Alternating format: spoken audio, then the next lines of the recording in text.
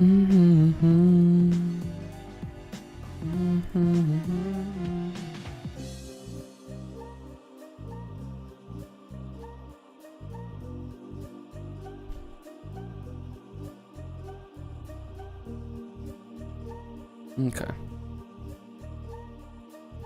Hello, everyone. Also, what phone do you have, Slate, that you can't close the YouTube player? Because I feel like you just do that like on your, like you can, if you close your phone and then click it again, you should be able to click play. The Faded One viewer. No, we have 30. I'm just gonna restart. I was doing this on Twitch and then it felt wrong for some reason to be on Twitch, so I'm doing it on YouTube. Do I have a fucking... I do.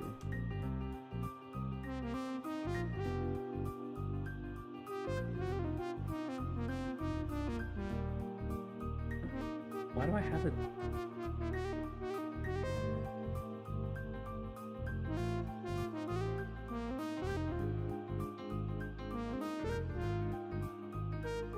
Why do I have a white thing at the edge of my screen? That's why.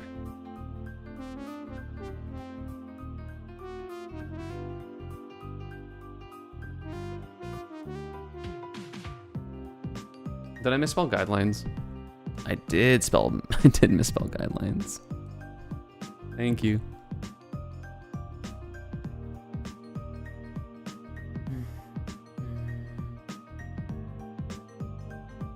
Guidelines. Okay, everyone. Let's talk about the Nintendo new community tournament guidelines. Published, there we go, that's the word, on October 24th, effective date in about a month.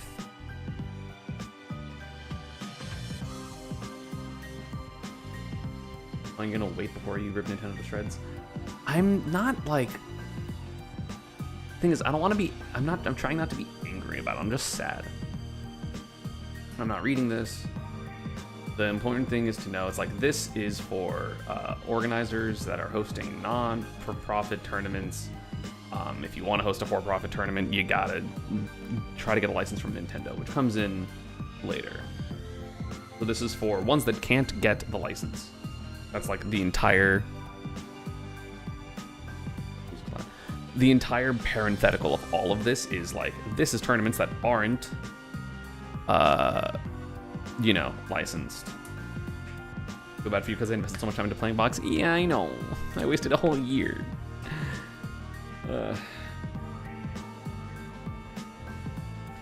So, community tournament, small scale, and not for profit. Because again, if you want to have a bigger one, you got to get a license, essentially. Community tournaments may not generate commercial revenue except as permitted by these guidelines. Tournaments may include up to 200 in-person people or 300 online. Organizers that have reached the, so like you have to be not a minor to host a tournament. Entries collected can cover the cost of the event as well as prizing. Organizers that are not minors may provide goods and services to participants as prizes. No prize may exceed a market value of $5,000 USD in total or include the prohibited items, which I guess that's like drugs and shit, I think. Is this for the US? Yes, it is. This is currently the Nintendo of America's one.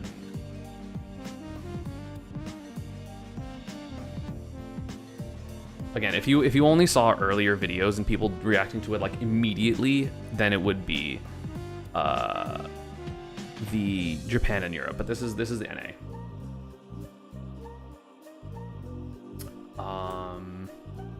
No prize can exceed a market value of 5,000.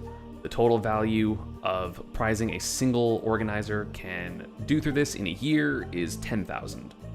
So like one person can't host a bunch of regionals. This also means like rip Coinbox. It means rip like any consistent big online tournament. So that's, you know, that's what that is. Can a company limit the use of its IP like this if we've bought the product? Can a football company forbid its balls from being used in league if it was sold in stores?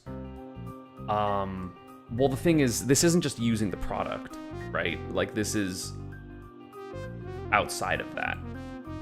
And, like, technically, right, if we want to go into, like, very legal shit, He's fighting for coins. He made a video. I mean, I don't really care. With all due respect, like no disrespect to him, I don't care about Coinbox. I don't really like crypto, so I'm not really worried about it. Like I feel bad for like Shiny Mark and Spargo and Sonics specifically, who made a lot of money on it.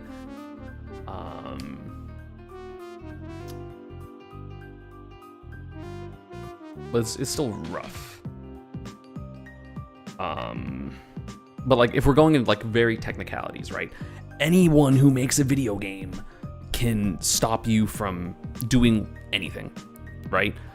Like realistically, if any game company wanted to, they could be like, hey, you're not allowed to stream my game. Do they care enough generally? No. Could they? Yes. So this is legal, it just is unfortunate. And again, there are definitely more reasons for the Nintendo thing, and I'm not even saying like, oh, behind the scenes, just you never know. Like, there's been a lot of bad shit that's happened in the Smash community.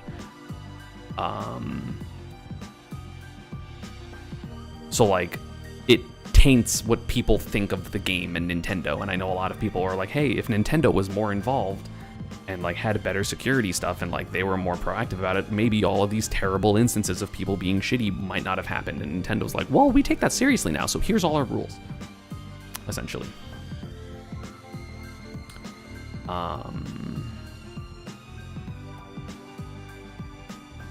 Like I think all the bad things that have happened in the Smash community, as well as a bunch of people, like, and just the way Nintendo is in general, of like they're more strict with their IP, and like, you know, with the history of like PM existed and Project Plus and whatever,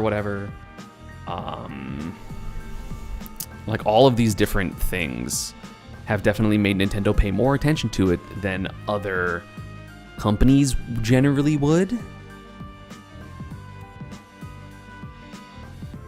Because again, Nintendo is a very family-friendly company, especially, right? So for in-person tournaments, you have to spectators can't pay more than 15. Admission for spectators can only go towards running the tournament and not for prizing. And then you can't collect fees for spectators of online community tournaments ever, which like makes sense. What do they think the outcome of this will be? If people want to run Smash tournaments, they will get licensing. D&D folded to boycotting their subscription service last year. The thing is, it's different because Smash is one game. Like, Nintendo is Nintendo, right? Let's just say Nintendo's a fucking billion-dollar company. Which, you know, I think more than that, but it's $1 billion of like, let's say they make $1 billion in revenue every year, which I don't know how much money they make. I don't really care. That's not the point. It's just a simple number, $1 billion. You know, most of that is coming from games that aren't Smash. Smash is one game in their $1 billion worth of revenue. Not only that, but also Smash in general is already segmented between competitive players and casual players. And spoilers, the casual, like let's say this is all of Smash Bros, which again is a tiny percentage of like Nintendo overall. This is the competitive scene, right? This is the casual scene. It is so much bigger. So the competitive scene specifically, boycotting Nintendo online wouldn't really do anything. Because there's enough people that would do it anyway. If that makes sense.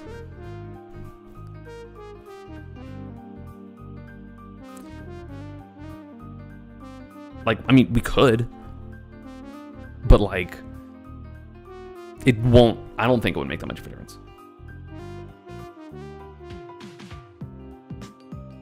Casuals leave after a month notice, don't give a shit about tournaments. They play Smash with their friends when they're drunk or when they're just hanging out with people and they're like, haha, I'll beat your butt in Smash. I'm gonna go my favorite character, Ridley. They're not worried about the rest of it.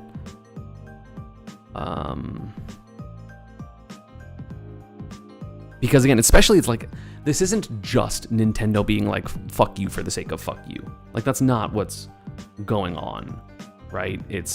There are definitely reasons and there's things that have happened that are contentious with Nintendo and branding and all this other shit because of the Smash community in general. So, anyway, let's continue. Organizers collecting fees must publicly disclose all accounting related to the costs of hosting the event promptly, my bad, including entry fees, admission fees, and prizes. So they have to be transparent with money, which again, isn't inherently a bad thing in my opinion, because like obviously this is so that you can make sure that it's not for profit, which makes sense, like in context of this, but also it's like, okay, well, that makes sense in general still if they don't want it to be for profit.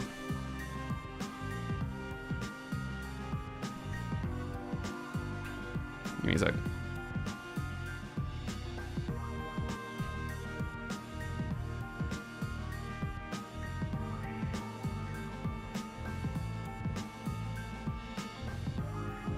My only question is, what is the purpose to aim at this little margin of player base? Is it because the community is often toxic? Part of it, probably. I know it's public. This is public. You have to do it promptly, including entry fees, blah blah blah, distributed by posting them on a website and/or on social media, accessible to everyone. So it's not between Nintendo, because again, this is the non-licensed tournaments that don't have to go through Nintendo. Right, again, this is all the parentheses, this isn't the licensed tournament. If you are a licensed tournament, this does not, like, none of this applies to you.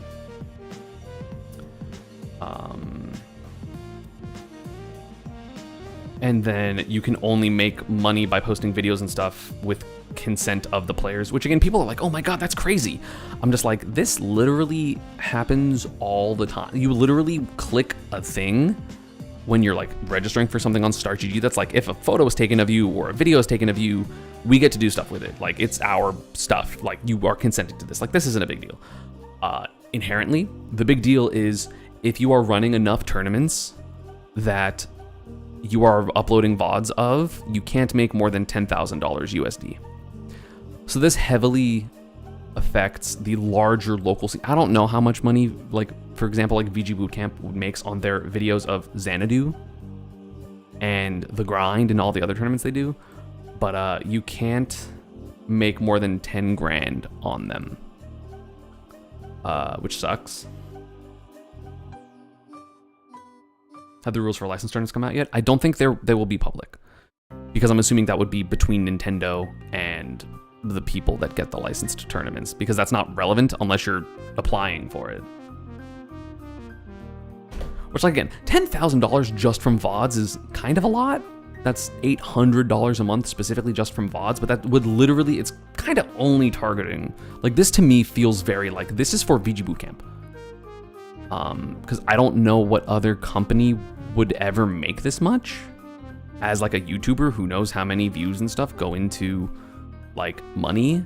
I don't think any other channel would even come close.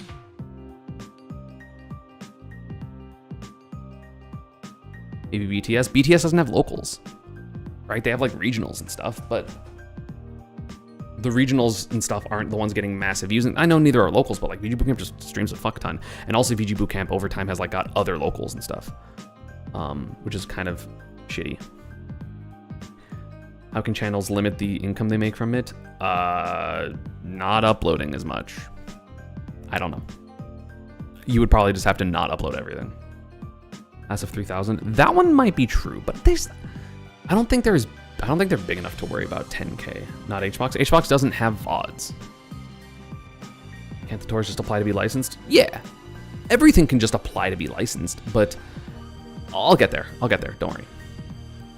The tournament may use Nintendo game footage under the following conditions. Organizers may show footage of tournament gameplay at in-person community tournament venues for games officially launched by Nintendo, and they may use captured footage or screenshots of Nintendo games for any announcement materials of the community tournament so long as the game has officially been launched. So basically, you're not allowed to have stuff that isn't actually the games.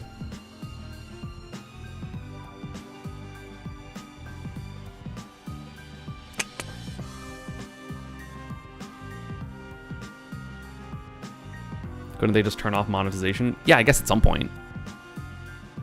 A lot of them are like automatically uploaded though, so that's annoying. The thing is, it's dumb that Nintendo thinks we need their permission to do tournaments. We do. Again, any company can yoink permission. Like, again, like an in-person tournament with no streams and no Start GG, and you're just like, hey, we're all going to agree to come to this area. Probably can't do anything about it. But if you have a bracket anywhere that isn't just like on paper or on like the old app like TO, if you have a record of it, Nintendo could come to you. But like you do need permission. Again, a lot of companies don't care or encourage, tournaments. They like them, right? But like Capcom had these like terrible fucking things. Like they had, honestly, from what I remember, it's harsher than this in terms of like what they had as like their community guidelines. And then basically everyone in the Street Fighter community was like, what the fuck? And they were like, sorry, never mind. Whoops.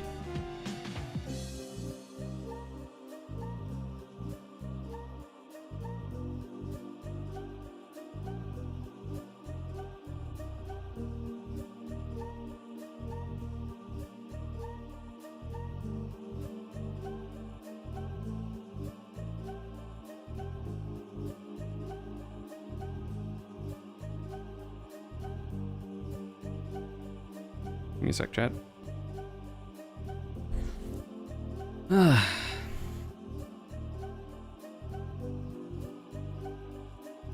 Community tournament is not affiliated with Nintendo and makes no use of Nintendo trademarks or IP as permitted by these guidelines. So community tournaments may not falsely imply Nintendo is associated with, sponsoring, or otherwise affiliated with the event.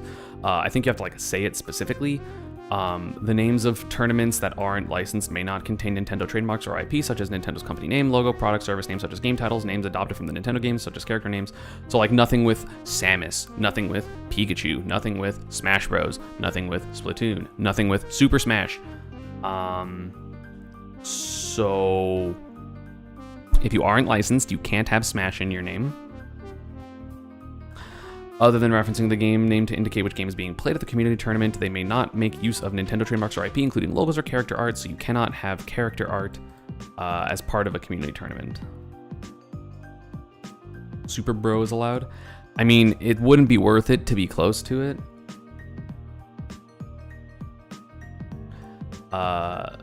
You're not allowed to use pirated or modded games, which makes sense, right? Like, I think this is very Nintendo, right? Like, hey, P+ isn't really allowed to exist, and people run it anyway. But yeah, don't do that. And then games with online play must use the online gameplay services or services officially provided by Nintendo. This sounds like a Rip Slippy, right, for Melee. This basically says, hey, you're not allowed to run Slippy unless you're licensed, which they would never license a Slippy tournament, I don't think. So, Rip, is Super Smash Con licensed? No. Because I think forever ago they released like things of like, hey, you're not really allowed to have our name as like a thing because you're not affiliated with Nintendo. And they didn't, I think, I don't remember. Basically, it's this rule, and I'm sure that these, like, some of these rules probably existed before. The organizer posts the following notices on site and on tournament websites that it's not a sponsor or affiliate with a tournament. And then this, which is funny, which I guess this is what I'm reading. Yeah, it is. Melee doesn't have online play though. Correct. But you can only use gameplay services or servers officially provided by Nintendo, which means you're not allowed to use servers that aren't provided by Nintendo, which means you're not allowed to use Slippy.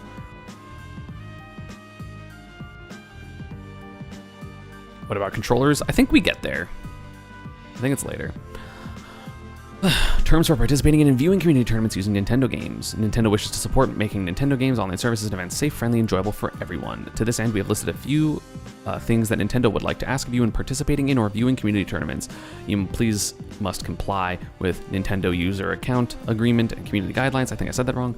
Regardless of the tournament result, please respect everyone, including other participants, spectators, organizers, and management staff, and refrain from any discrimination, abusive language, or offensive or inappropriate behavior. Stop telling Steve Mains to kill themselves.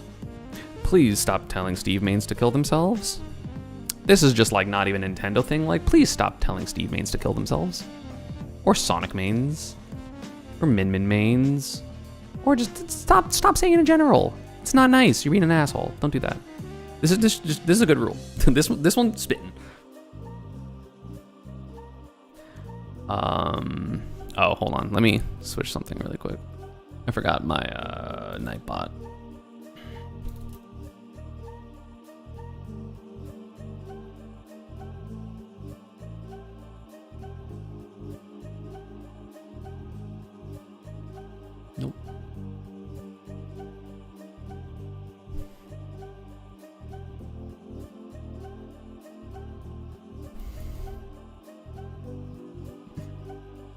Is this US? Yep, this is US. Participants must abide by the rules of the event and games and avoid using inappropriate player names or team names. So like someone like Bobby Big Balls, granted he's banned, but like he wouldn't be allowed to have his tag exist.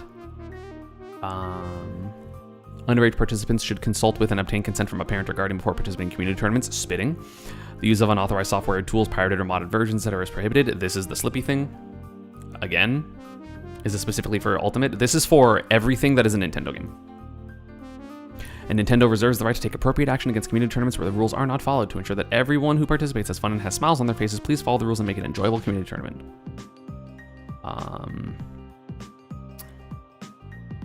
The organizer adheres to the following additional stipulations. Organizers are responsible for ensuring community tournaments comply with all applicable laws, including but not limited to protection of personal information for participants and spectators and appropriate parental consent for minors. So yeah, like have to get like, you know, make sure that kids are okay.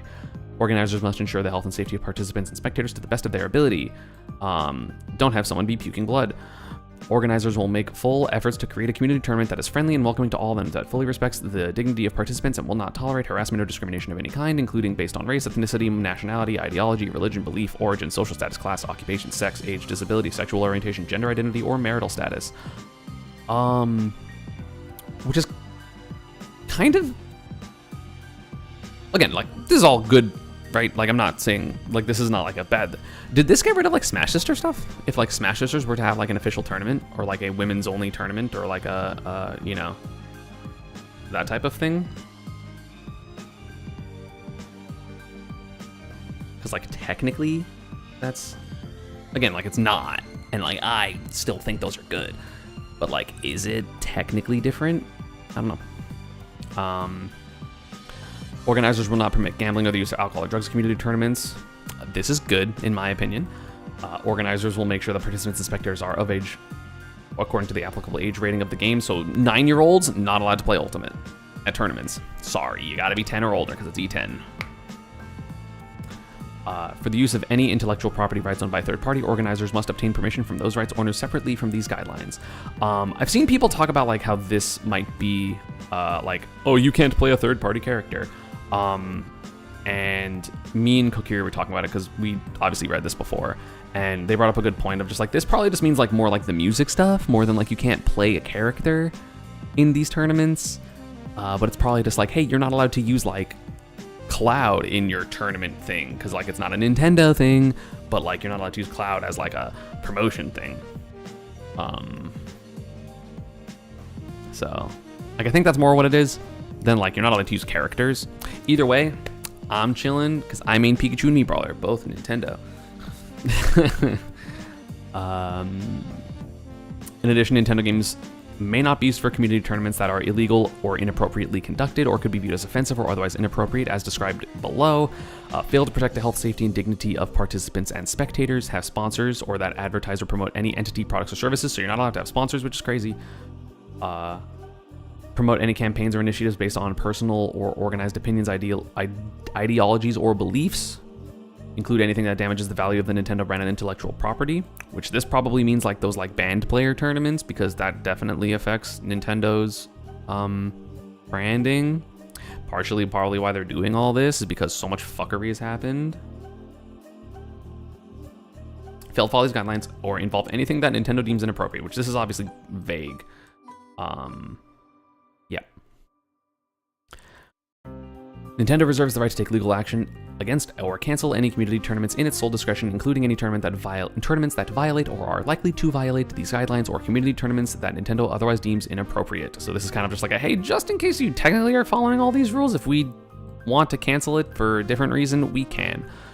In addition, we may take measures such as prohibiting individuals who violate these guidelines or engage in other inappropriate acts from hosting tournaments in the future. So they can just straight up have like a blacklist of like, these people are not allowed to host a tournament, and if we see them hosting a tournament, we're gonna sue you.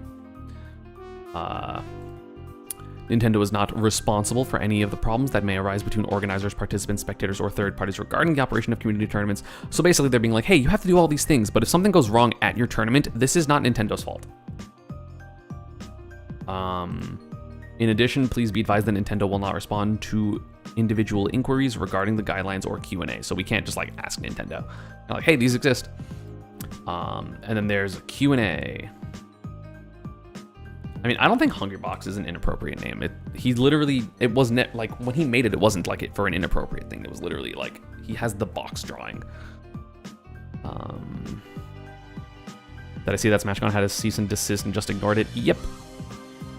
Don't know if that's true, but yeah. So anyway, basically all of this is to say, if you don't have a license, you have to be very strict with everything. And also you can't have a big tournament.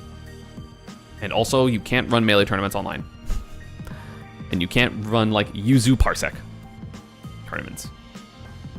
Smash TO's goats for real.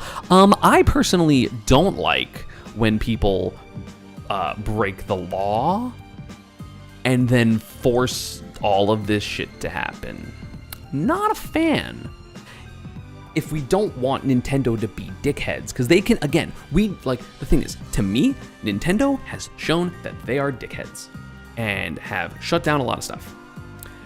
So poking the bull makes the least amount of sense to me, personally. Don't know why you would do that. And doing that, knowing that, like, Smash World Tour shut down, is crazy to me. If that happened.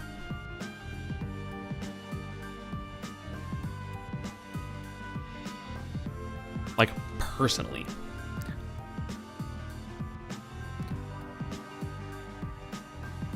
Smash 4 Nintendo, there kind of was nothing. I don't think, there probably were a couple of things that, like, I don't remember if anything got shut down from Smash 4, but, like, also nothing really happened. Besides, like, some tournaments were Nintendo sponsored, like Genesis 3, Genesis 4. Regardless of what is said, HBox will not comply. I think he will talk a big game until he gets sued by Nintendo. Which, like, he can do whatever he wants. Anyone can do whatever they want and just ignore the law. You can break the law. You're allowed to break the law. So many people break the law. People drink and drive. People smoke weed in states that it's illegal in. People do so much stuff that is illegal. But if you get caught doing it, you get in trouble. Right? So... Ooh.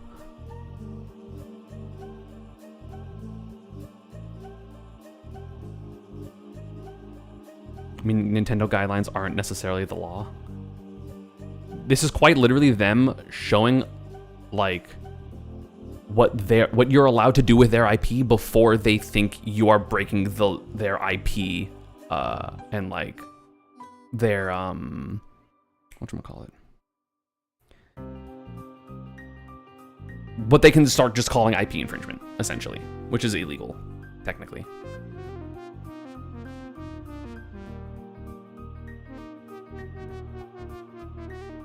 Are locals dead that are bigger than 200 participants? To be fair, no local is bigger than 200 participants.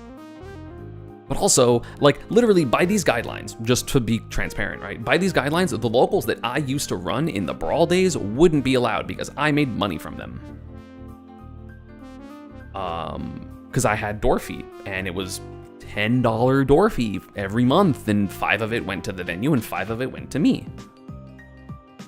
Right? So...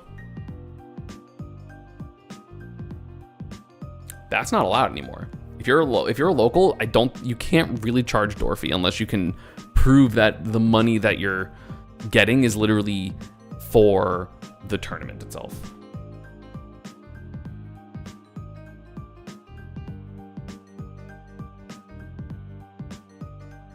Heard the licenses are becoming available in November. I mean, again, tournaments have been licensed before, right? Genesis has been Nintendo licensed. Big House has. I think Shine has. There have been plenty of Nintendo licensed tournament. Low Tide City, Lost Tech City. Like everything that was Panda Cup was obviously Nintendo licensed because Panda was working with Nintendo. So like CEO was Nintendo licensed. So like there have been plenty of tournaments that have been Nintendo licensed. But how easy is it to get, right? If the process isn't easier, then it's a big problem. Because what happens is, like, you know, from my knowledge, that is public knowledge, this isn't like a secret, right? Like, Dr. Allen from Panda started working on Panda Cup stuff. Like, he started talking to Nintendo like 4 years before anything started, before anything happened. He started talking to them in like 2017, 2018. It was a long ass time ago. And it took that long. Granted, that was a circuit, which is more than just a tournament. But like sometimes, if it takes a year, if it takes over a year, let's just say a year, right? If it takes a year to get licensed by Nintendo for a tournament, if a tournament that is running in 2024 or is planning on running in 2024 already isn't started with their license stuff in all, like this is already happening in the background, there will simply not be tournaments for the first however many months of the year that are majors. Again, regionals will happen, but also the incentive to run these type of tournaments is a lot lower when the TOs cannot make any money from it. Apex 2015 was Nintendo licensed. Yeah, there are plenty of Nintendo licensed tournaments.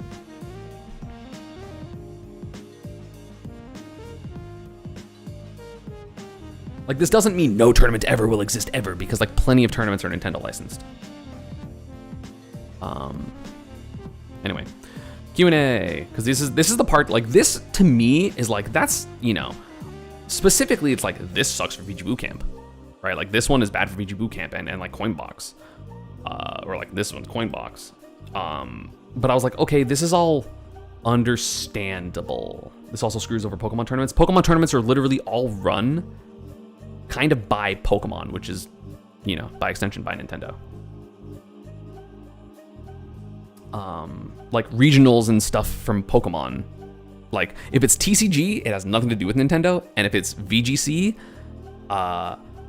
they're already mostly whatchamacallit, Nintendo anyway.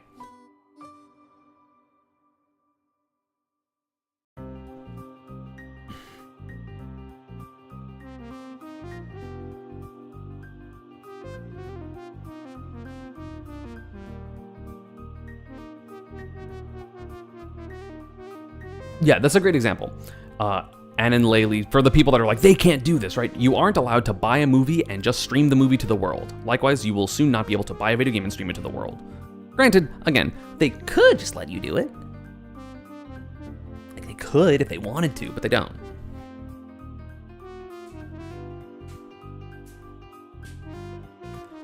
Because again, it's IP law. It's all the same thing, right? It's like copyright infringement, IP law, all this stuff like that. There's no way this doesn't get overturned. I doubt Nintendo gives enough of a fuck to overturn it. So what other games does this affect besides Smash? Nintendo games. So it's like Smash, mostly. I don't think there are any big enough Mario Kart tournaments or anything like that. Isn't streaming a game like playing a game at a party? Yeah, except I make money from streaming. Speaking of which, become a member. $1, $5, or $10, I would appreciate it. Or like a super chat, I would appreciate it. Again, technically, if also Riptide was Nintendo sponsored as well. If again, companies are totally allowed to shut down people's streams that are playing a game, right? Like, especially if people get a game early, that whatever company that is totally allowed to be like, hey, you're streaming this illegally because it's not out yet, and just ban them, or get them to go to Twitch or YouTube and be like, hey, this person's doing this illegally, make them stop. They're allowed to do that for whatever reason. Generally, people just don't, because streaming is like good for the company. If you make over 10K a year from Smash streaming, is that banned now? No, because it's not a tournament. But like, I think it comes a little later. I'm not allowed to run member tournaments anymore because they can't, like, I can't have something that someone has to give me money to enter a tournament. Which we'll get into. There's more. There's like over half of the document left. How will this affect LeBron's legacy? Good question. What does a community tournament permitted by these guidelines refer to? It refers to a tournament that Nintendo's copyrighted games will be used in tournament. It is a tournament organized by individuals, which is also sometimes a company, because companies are seen as individuals sometimes, I think. Actually, no, it's actually individuals. They clarify this later. It is a tournament in which players as individuals or non-profit teams are participants. It is a not-for-profit tournament. For-profit tournaments include not only those where organizers or persons running the tournament seek to receive direct benefits such as money or indirect benefits through advertising or promotion, but also those that benefit third parties. Are Smash Pro / Smash Mate in trouble? No. Well, Smash Mate, maybe because they run online tournaments, but also they're free online tournaments with no money. So as long as they're less than 300 people, I don't see why it would be an issue. And it is a small-scale gaming tournament with 300 or fewer participants for online tournaments or 200 or fewer participants for in-person tournaments. No tournament can ever make profit anymore. Who's going to even organize tournaments anymore? People that get Nintendo licensed. How does Smash Bros. Make money? It doesn't.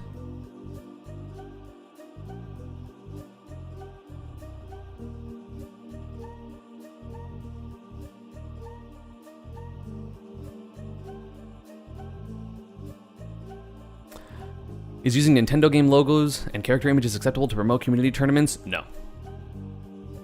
You can't even use Nintendo stuff for venue background music, but you are permitted to use footage and screenshots captured from Nintendo games for promotional materials for your tournament.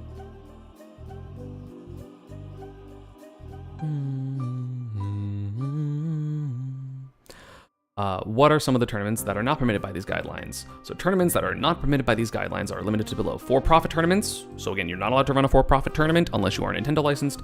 Online tournaments that collect admission fees from spectators, not allowed.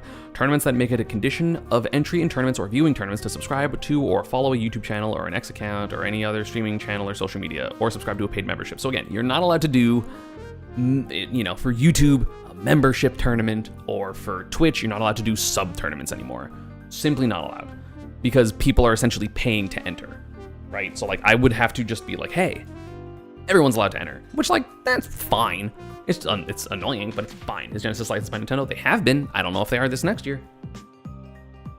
I'm assuming they are because probably a decent amount of TOs knew this was coming, especially ones that have a relationship with Nintendo. So probably the reason they didn't announce it for so long, because like Genesis is in like 4 months. They normally announce way later or way earlier than that.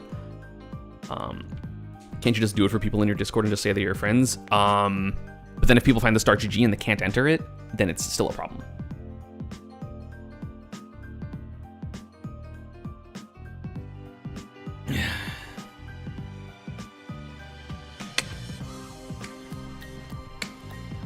A middle school got a license? Really? Did that happen, Frosty? How's Melee supposed to have a competitive scene now? Good question. Well, again, you just license the tournament, right? Like, the answer is, if you want a tournament that you can make money from, and blah, blah, blah, blah, blah, license the tournament. And if you can't get a licensed tournament, you can't.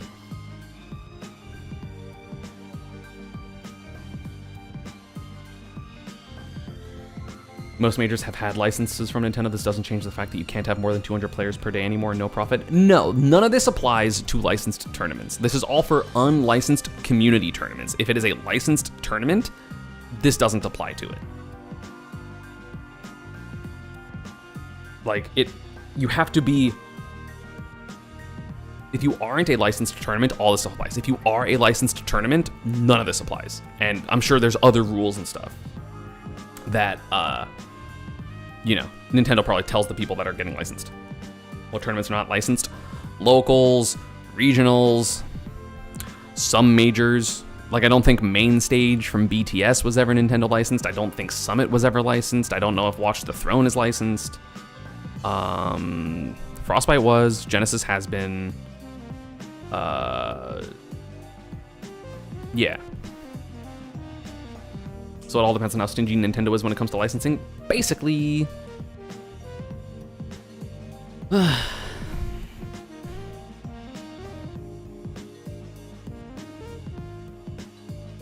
Again, please note that Nintendo does not currently grant permission for individuals to organize commercial tournaments. So you probably have to be a company, right?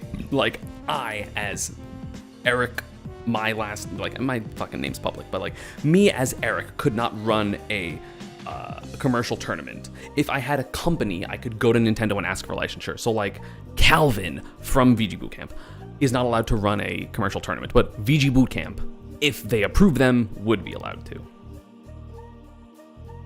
Does that make sense?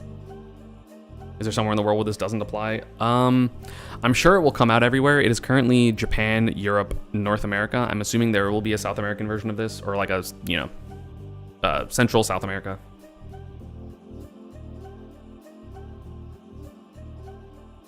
If only Nintendo ran tournaments themselves.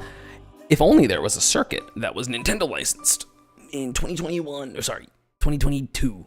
If only. If only.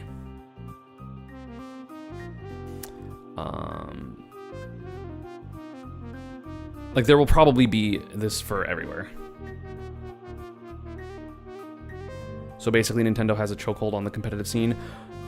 Yes, the thing is, right, a lot of companies technically have a chokehold on the scene, right? Like, Capcom has the largest scenes and the largest tournaments for Street Fighter 6. And if they really wanted to, they could be like, hey, Tampa Never Sleeps, you're not allowed to host Street Fighter because we're doing it. You got to get licensed. And whether they give them licensing or not would be a different thing. But like, you know, if Capcom wanted to be like, hey, we're the only people that are running tournaments, people would have to be like, okay, I guess. They don't do that, but they could. But again, Nintendo is more strict about this, and they always have been, hence why there have been so many issues, right? I think they shouldn't have any control. Yeah, well, them not having any control still is bad for their, like, I feel like, personally, right, in my opinion, I think a lot of this is because the Smash community is really toxic and really shitty and has had a lot of really problematic things happen in it, and really harmful things happen in it, and it reflects on Nintendo at some level. Right? Like, even though it, like, shouldn't realistically, like, why would you get mad at a video game company for publishing a game that people then have a community and then the community does shitty things? But, like, it matters, right? And Nintendo has never been, like, in that, they've never been like, we're personally banning these people from playing, right? Like, the ban lists and all that have been an intra-community thing. And Nintendo's like, hey, well, there's no circuit anymore that we were working on that maybe we had some control, so we're just gonna do all of it. My opinion. Like the Aquila child hate. I mean like sexual assault. And, you know, grooming. And all those things. But yeah, also probably the immense harassment of Steve Maines is probably part of it. You can say that about Street Fighter community as well. There's a lot more in the Smash community.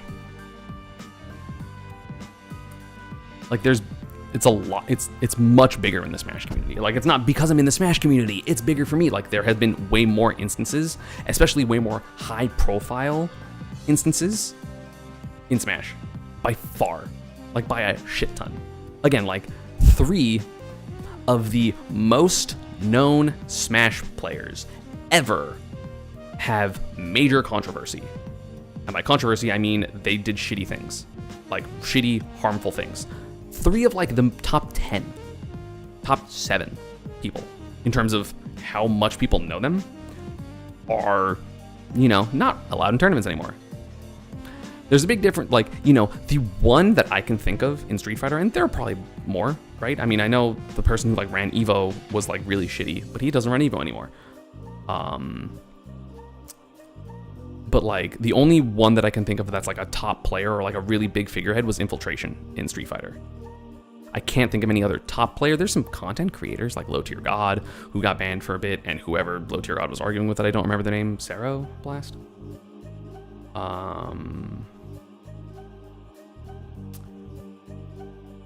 But I don't know any others. I could be wrong.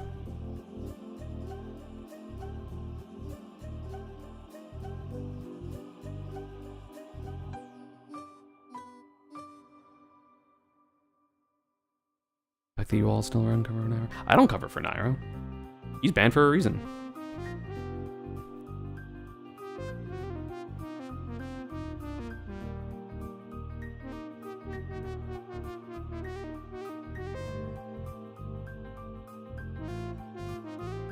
Yeah, the 3, just for reference, would be Zero Nairo Ally. So like, you know, the 3 most storied people in Smash 4.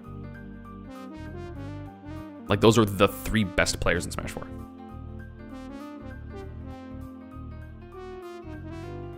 So, hope they have security at Smash tournaments. Me too. I don't like when Smash tournaments don't have security. That shit sucks. What it says the main root as to why Smash community is so toxic? Good question. Marketed towards young people and old people. Wasn't Leo 3rd in Smash 4? Maybe all time? But like... Don't let Zach come back either, obviously. Would I say the Pokemon community is toxic? I'm not in the Pokemon community. Honestly, I don't think that had that much to do with it. It was kind of everywhere. It made like national news. Like this wasn't just like it's the internet thing, like the Smash community shit. That like everything that, came to light in 2020 and subsequently is very much in the front. Like it is a gaming community wide thing, and it's a really big deal. And I think that in combination, again, personal opinion, that in combination with everything that happened with Smash Bros. Tour and Panda Cup, probably they were like, well, we're gonna do this because we were kind of gonna do it anyway, but like with Panda, and now we're just gonna do it because it's our game and we want to protect ourselves.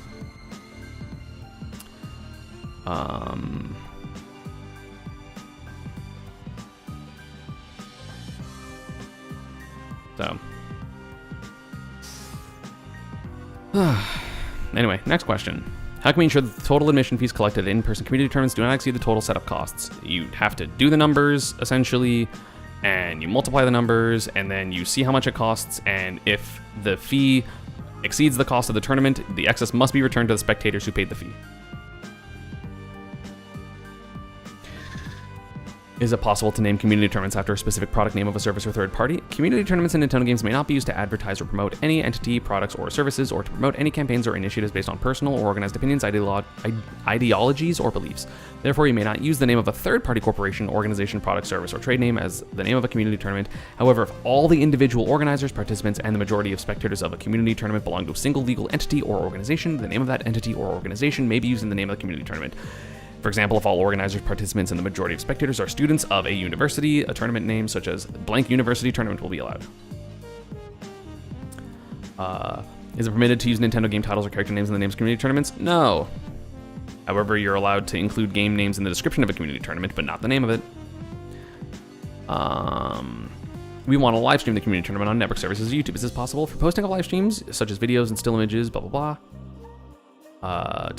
Please obtain permission from the participants beforehand. So you have to basically be like, hey, I'm going to stream this. Is that okay to everyone? And they have to be like, yes, which this normally happens. This one's not a big deal. But again, you have to be aware of the limits on the total amount of revenue you can earn from the post, which is the $10,000. Please note the community tournaments in Nintendo games cannot be used to advertise or promote any entity, product, services, blah, blah, blah, blah, blah. Therefore, with the exception of advertisements added by content distribution platforms such as YouTube, please ensure that ads do not appear in the videos, still images, etc. that you share.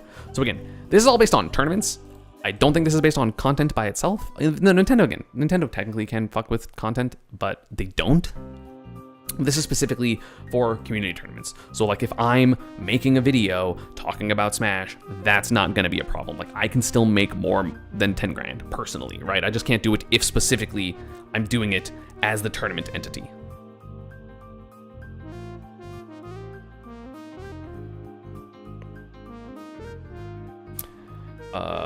Would a community tournament be permitted by these guidelines if persons affiliated with a legal entity or organization are organizers or participants? If people affiliated with a legal entity or organization would like to organize a community tournament or participate in a community tournament as an individual outside the legal entity or organization and not in an official capacity, then yeah, you're allowed to. If you would like to organize a tournament or participate in a tournament in an official capacity on behalf of the legal entity or organization, you must apply for and obtain licensure. Because this is what Q14 is. The whole licensing thing is what kind of killed Panda Tour. No, Panda Cup definitely got licensing for all the tournaments, whether people wanted it or not. They got it. All the tournaments were Nintendo licensed.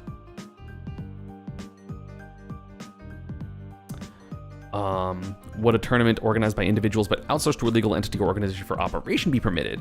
No. Because if the operation of a tournament or the operation of a live stream is outsourced to a legal entity or organization, the tournament will be deemed but to be hosted by the legal entity or organization. So you can't have companies run your shit. You have to do it yourself, which is crazy.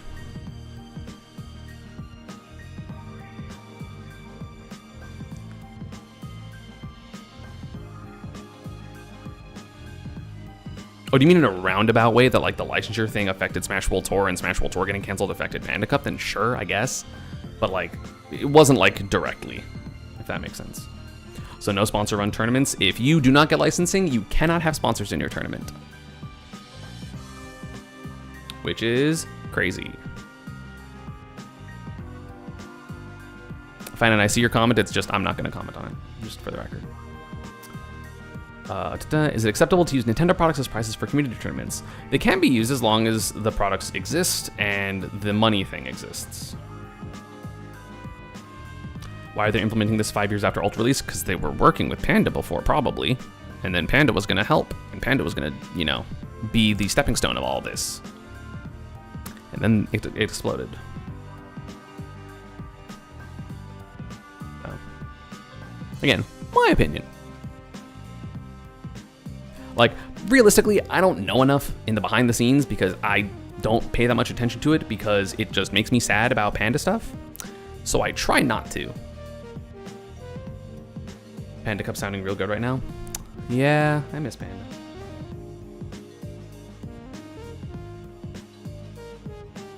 Davis, I think I'm getting to it. I think it's like in one of the questions down here. I want to organize a large tournament with more than 300 participants in an online tournament or more than 200 participants in an in-person tournament. What should I do?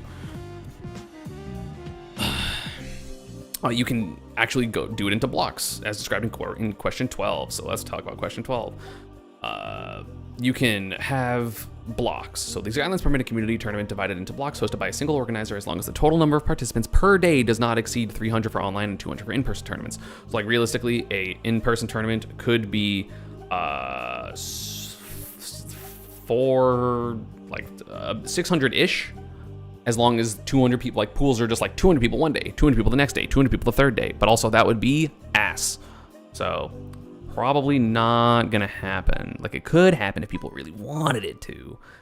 Like if like, let's say for example, like a tournament went from 200 people that they were expecting and it actually got like 350, they could be like, okay, all of like half of pools one day, half of pools the next day, and then finish the tournament.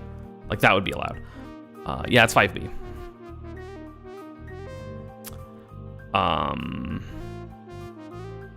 So that would how that work. That would be how that would work. Can school clubs or neighborhood associations host community tournaments under these guidelines? School clubs are organizations, however, they may conduct competitions without requiring a license as long as they meet the following conditions. They won't be open to the public, participants will be limited to the members of the school club, and the game tournament can be standalone head-to-head competition between up to 2 schools, but will not involve 3 or more schools, and the tournament will not serve for ranking or qualification for a later tournament or championship. So basically they're like, hey, you can run it without a license, but you're not allowed to have like a college circuit, which I think some of the collegiate stuff is already Nintendo approved. I think they like it. So I don't think it's gonna affect it, but I could be wrong about that because again, I don't really pay attention anymore.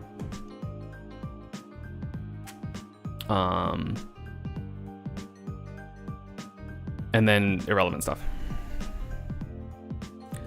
How can legal entities or organizations host game tournaments using Nintendo games? For a corporation or org to conduct a game tournament using Nintendo games, the corporation or organization must make a separate application to Nintendo and obtain permission to conduct the game tournament prior to announcing a tournament.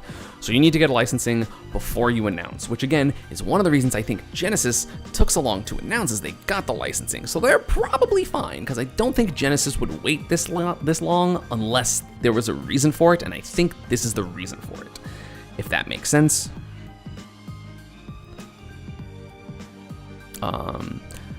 And then there's a number. It's up to Nintendo's sole discretion whether or not a license will be granted to a corporation or organization, so they can just say no. And if you're a legal entity or organization wishing to host a game tournament using Nintendo games, please submit an application for a license to use Nintendo games in your tournament. The application form will be available early November. Oh, this wasn't in the UK one. This said it'll be shortly, but that seemed scary. So that's good. That's better than the other one.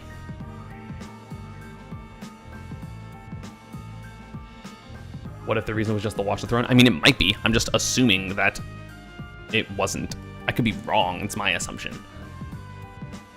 How can I host a game tournament using Nintendo games as part of a charity at my high school? For students to host a game tournament as part of a school charity, you have to make an application to Nintendo, which is kind of lame.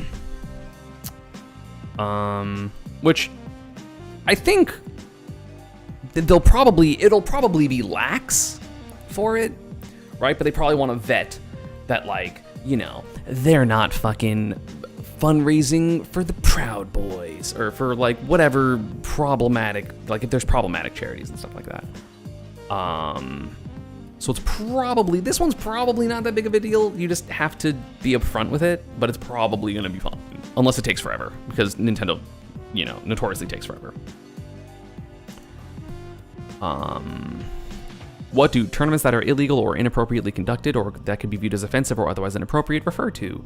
Tournaments that are illegal or could be viewed as blah, blah, blah, blah, blah include but are not limited to tournaments that violate laws or regulations, infringe on Nintendo's IP rights, which this is kind of all that this whole thing is covering, fake the license number, interfere with the proper operation or impair the safety of Nintendo's products or services. I don't know what that means. I don't get it. I understand what the words mean, but involve illegally copied or modified game software produced using Nintendo's copyrighted material without Nintendo's authorization, or game software obtained illegally. This is the slippy thing. Can't do it. Involve cheating, cracking unauthorized access, circumvention of technical restrictions, unauthorized modification. This again is a slippy thing, like this part. Or use of objects, tools, or services that enable such cheating, cracking, unauthorized services, circumvention of technical restrictions, or unauthorized modification. So like this part and the next line is RIP box, right? Which again, I don't think the box is cheating necessarily, but use of game consoles, accessories, and software not licensed by Nintendo is illegal. So we have to run first party everything. Accessories equals controllers, so it has to be a first party controller. So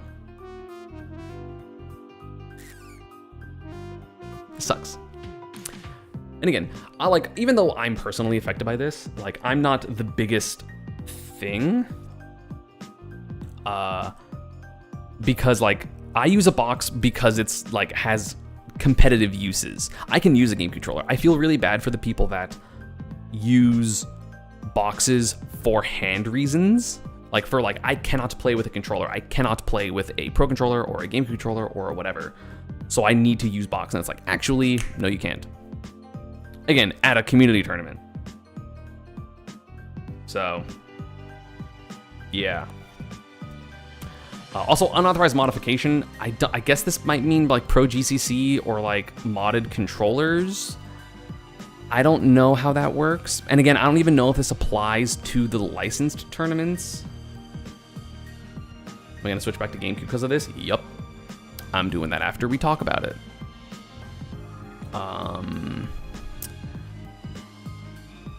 Use of game consoles, accessories, and software not licensed by Nintendo. Use of video images, sound sources that cannot be used in regular gameplay extracted through the game software via dating mining or other methods. I don't understand this one. I don't know why this would be a thing, but sure. I can't host a tournament with modded music, I guess. And then tournaments that otherwise violate Nintendo's community guidelines, which somewhere else you can find, I guess. What are prohibited items that you can't be used as prizes? Items that are illegal, offensive, or inappropriate, illegal products or services, or that infringe on third parties. Items that are discriminatory and misleading, gambling, information such as virtual currency and data. Is virtual currency crypto? I guess. Political activities. I don't know how a prize would be a political activity, but sure. Any items or services that may prevent the normal operation of our products or services to impair their safety. That's not going to happen. Any activity that is damaging to Nintendo's business or brand. That one's pretty vague, which is a little scary. Goods or services provided by persons selling or advertising the above items or services. So you can't be hey, you're going to win this modded controller. Medicines or items that affect your health or body. Alcohol, cigarettes, or other age-restricted items. Or Nintendo products that have not launched in a region that you're hosting the tournament. Products and services targeted for for ages older than the age rating, so you can't do anything that's over E10 for Smash. Weapons and imitation weapons, which I think that's fair. Note that even within the scope of permitted by these guidelines, if there are other restrictions imposed by applicable laws on the provision of goods or the price limits of pricing, you must comply with those as well. Under what circumstances would Nintendo request the cancellation of a community tournament? Nintendo may request the cancellation of any community tournaments in its sole discretion, including any tournaments that violate or may violate these guidelines or that Nintendo deems inappropriate. In addition, Nintendo may request the cancellation of a community tournament on behalf of a right holder of an IP rights other than Nintendo upon receiving a request. So if a third party's hey, people are running the Smash tournament, cancel it for us, Nintendo will be okay, bestie, got you. 19. I'm planning on to organize a game tournament, and I made an announcement before these guides were released. However, question 14 of the guidelines states I would need to make a separate application to obtain permission to conduct a tournament. Tournament scheduled to take place after the effective date of these guidelines. What do I do? Tournaments announced before the date and release of these guidelines that will be conducted before the end of 2023. Chillin'. So any tournament to the end of 2023 is fine. Tournaments announced before the date of release of these guidelines, but will be conducted in 2024 or later, you are required to make a separate application. And tournaments announced after the date of release of these guidelines that will be conducted after the effective date, you are required to make separate applications. So things that were announced before that still are in 2023 should be fine. So like Watch the Throne should be fine, Santa Paws should be fine. But, you know, tournaments that even if they're in 2023, if they have not been announced yet, not cool. So that's everything. Which sucks. It sucks. And have animations from the game capture with a hacked camera, basically. Oh, okay. It's random. So again, if the tournament is licensed, none of this applies. So I'm assuming some majors will definitely be fine because there have been plenty of majors that have been licensed before.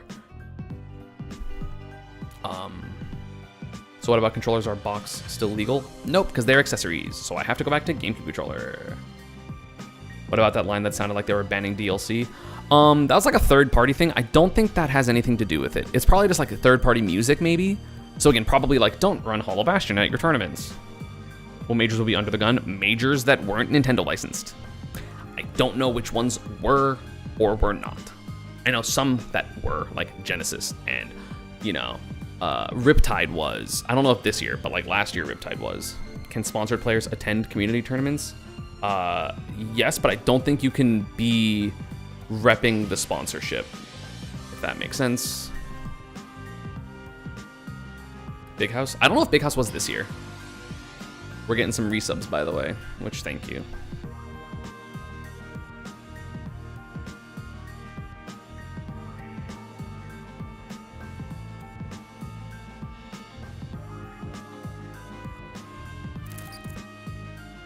Isn't that the point of a sponsorship for non-streamer players? Yep. It sucks.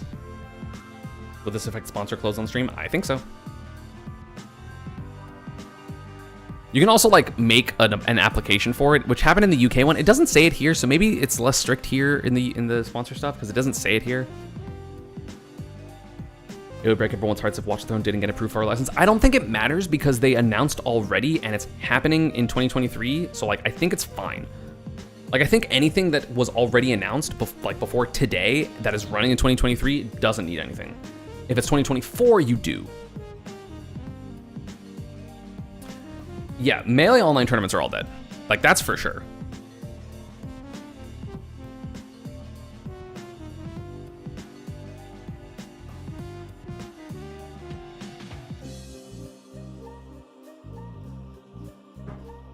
Do you think Nintendo will stop this if they get enough negative feedback? No. Is it more a nerf for big or small tournaments? It's both, I guess. Because, like, the thing is, with small tournaments, you can't make money from small tournaments at all, and you have to be very transparent about it. So, like, every person that runs locals in 2024 just needs to be like, hey, this is how much money my venue costs, and this is how many people exist in it.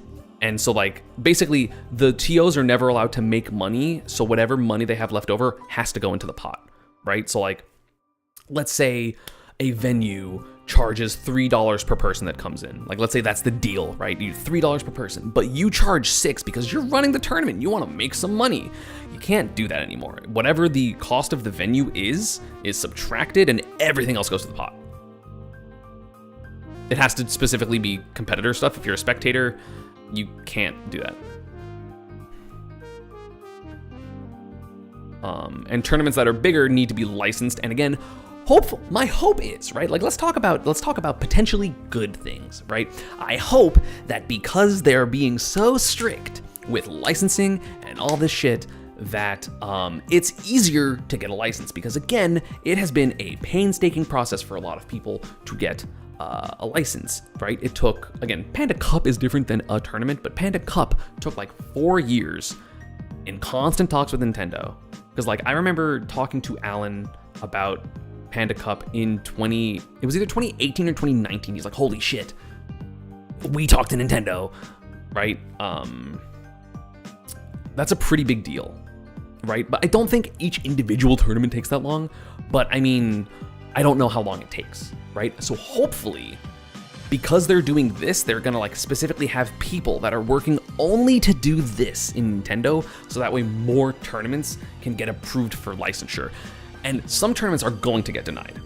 Like, absolutely some tournaments are gonna get denied because they're like, hey, you don't reach the qualifications, right?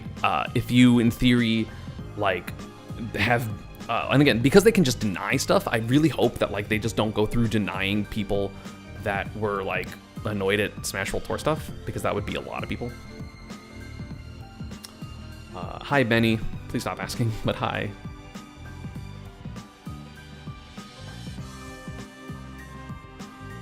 Also, it didn't say the food thing in this one that I noticed, or maybe I just didn't see it. Food. Oh, nope. It's here. Tournaments involving the sale of food, beverages, and merchandise. Okay, well, merchandise sucks. This sucks, right? Involving merchandise sucks. But involving the sale of food and beverages, I don't think tournaments do this. I think that's a deal with like a venue, which I don't think necessarily applies. Like, I think, you know, if you run a tournament at a venue that has food, I think that's fine, but the tournament itself cannot be making money from food. So I think that's what that means. Sweet SmashCon isn't huge into here. Oh yeah, that doesn't exist unless it's licensed, which I don't know if it's gonna be licensed because they have Super Smash in their name. So I think that's less of a big deal than people memed it to be, hopefully. But like, I really hope that there's just really easy licensing for these tournaments, because if that's the case, way less of an issue, right? Because then it just means that like every major is going to get licensed, or every major is going to have to like get up to code and then be licensed, right? Because I'm sure some will just simply not make the cut because they're not doing the health and safety requirements or whatever that Nintendo wants. So again, each tournament will need to go to Nintendo to get licensure. Again, a lot of tournaments already have had it and probably have good relationships with Nintendo, like Genesis. Frostbite doesn't exist anymore, but Genesis. Shine, which doesn't exist anymore for other reasons. Riptide has. Big House has. What the fuck happens in like spring? What tournaments happen in spring? I can't think of one. Like Low Tier City, Lost Tech City, the T-Lock guys. Maybe Apex. Collision, there we go. I don't know if Collision was Nintendo sponsored, because based on what RJ's tweets, I don't think so. But again, maybe they could be, right? Port Priority, I don't know if they've been Nintendo sponsored, but again, could they? Probably. Like, I think generally that's fine, but Nintendo, the thing is, Nintendo seems like they want control so that if like they can mitigate as much harm to people and their brand as possible. So sponsors might have to start leaning on content creation hard. To be fair, they should already in the first place. That's the better strategy. Do I think Melee will be able to have tournaments at all? There are currently no non-Switch titles. What do you mean? I saw people say that, but like, if you're running tournaments on a Wii or on GameCubes, why wouldn't it be? That's still Nintendo stuff.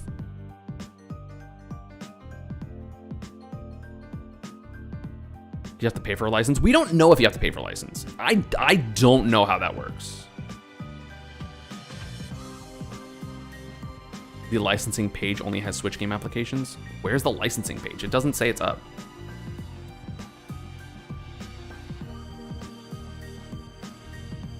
Like, doesn't exist.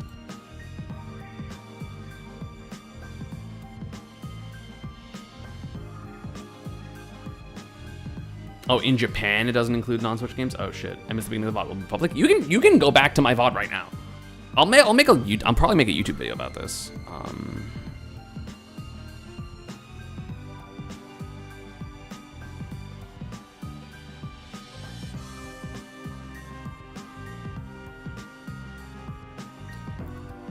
Can we no longer use the box controller in tournaments? At least in tournaments that aren't licensed. I don't know what the licensing applies. Do you think Battle of BC is in trouble? Battle of BC will almost assuredly get licensing because that tournament's amazing. So I'm assuming, again, the biggest issue, obviously there's, this is scary.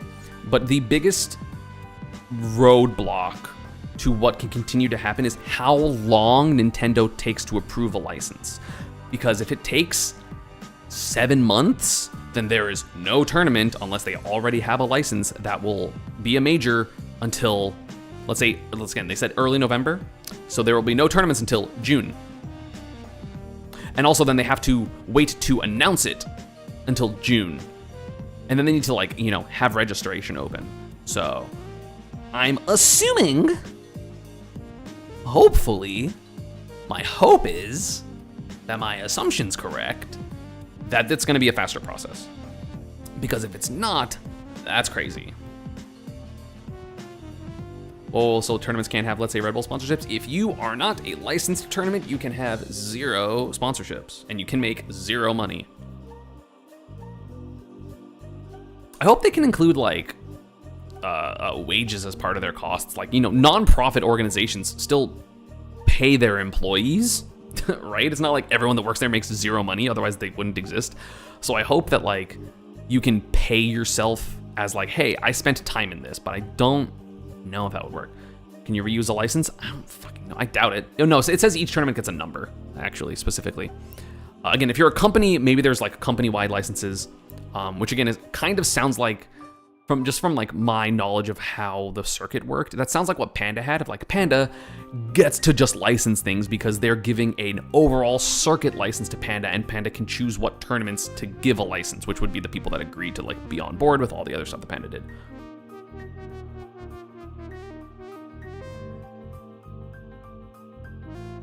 Again, I don't work for Nintendo.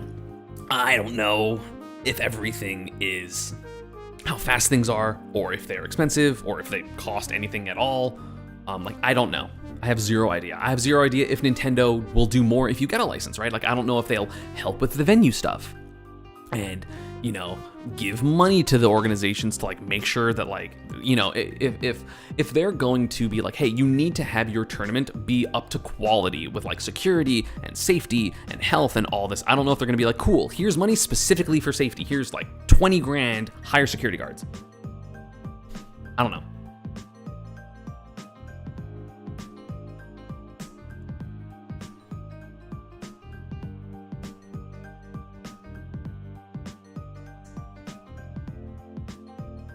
Is there something to burn to the ground like Panda? Panda didn't deserve to be burned to the ground because that had still nothing to do with Panda, but that's what I'm saying. Can I go to port priority? Shit's expensive. Ain't no way Nintendo's spending money. I mean, they did before.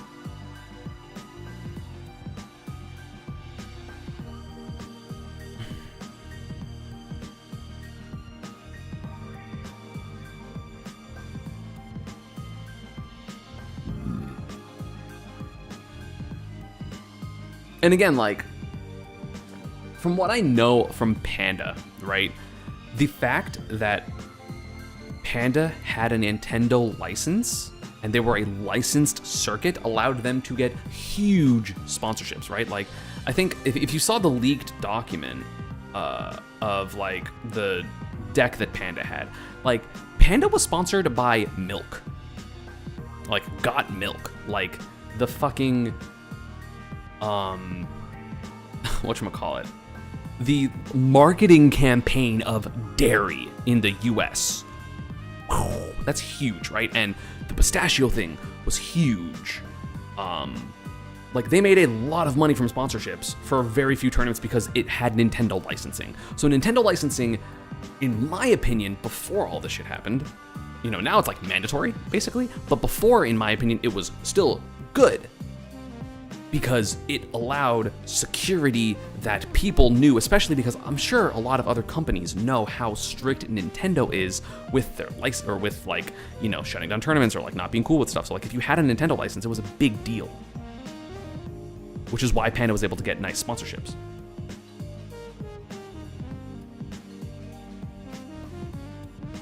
I've seen some unconfirmed claims that it took Umebura 3 weeks to get licensed. That would be cool. If it only took a month, that'd be great. So the thing about using graphics to promote tournaments is about using character renders as results graphics for the tournament, basically.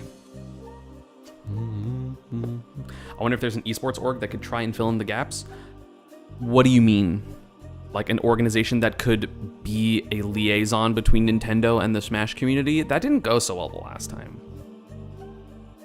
Again, should have gone well, but it didn't go well.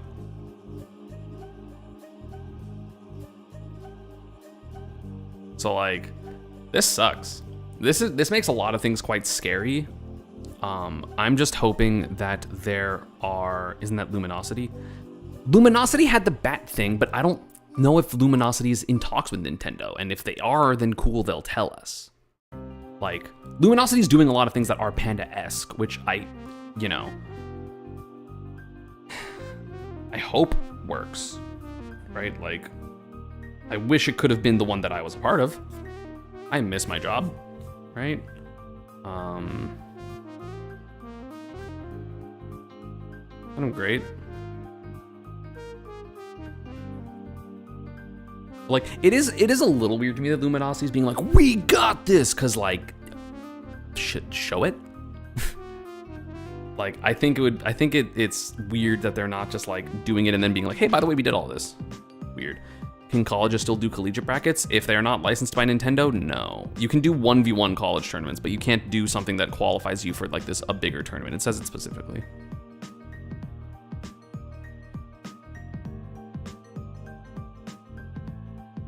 Luminosity just kind of came out of nowhere. I mean, Luminosity's been a company for like years and years and years and years. Like, Luminosity's been around for a long time. They just got really big into Smash once Panda collapsed.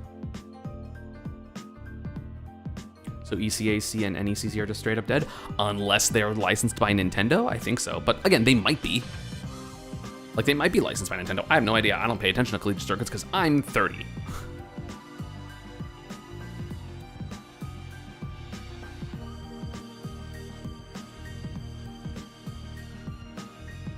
At least security will be better.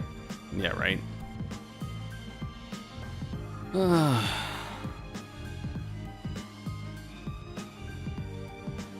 Hbox was yelling that he would run Coinbox until he gets a letter from Nintendo. The thing is, like, what I know from Nintendo is Nintendo pays a lot of attention. They've always paid a lot of attention. All the time. They will send Hbox something. It's not like they haven't sent cease and desists to people. Hbox might make content out of it, which would be, honestly, hilarious. I got a cease and desist. Like, that'd be great. I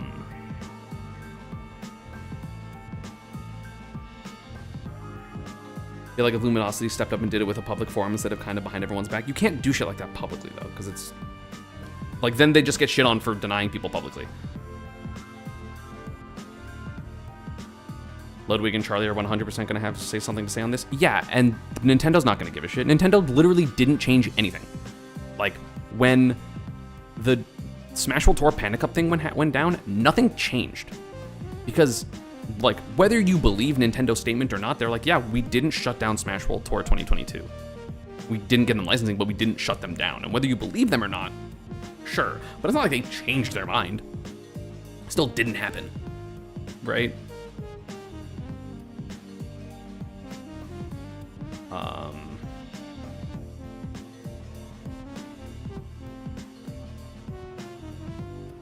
Watch the Throne is in shambles. I think Watch the Throne is fine because it was announced already and it's before 2023 is over. Splatoon also gets affected heavily by this, unfortunately, specifically in Japan. I think a lot of the Splatoon tournaments in Japan are Nintendo licensed. Like, I don't think Nintendo licensing is really strict.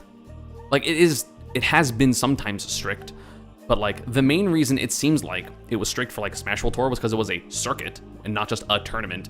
And then also it was a worldwide circuit. Like, again, Panda Cup was only in North America and it took 4 years, right?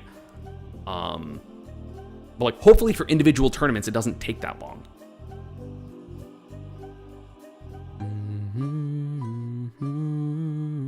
Benny, that's not how that works. That's not how laws work at all.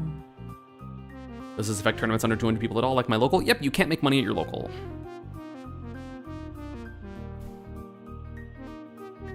Like, I appreciate your enthusiasm, Benny. Not how that works. So Melee's dead. Online Melee tournaments are for sure dead. They aren't gonna go after every local, right? They can. That's a lot of work. but I don't know how many people are working on this part. So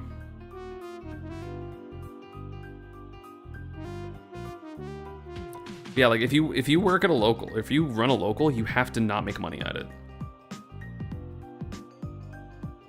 Nintendo ever licensed a Melee tournament? I mean, they were for Panda Cup. There was like 4 tournaments. 5 however many Melee tournaments there were for Panda Cup. Who even makes money at locals? I did when I ran locals for running it. And also won and stuff, but yeah.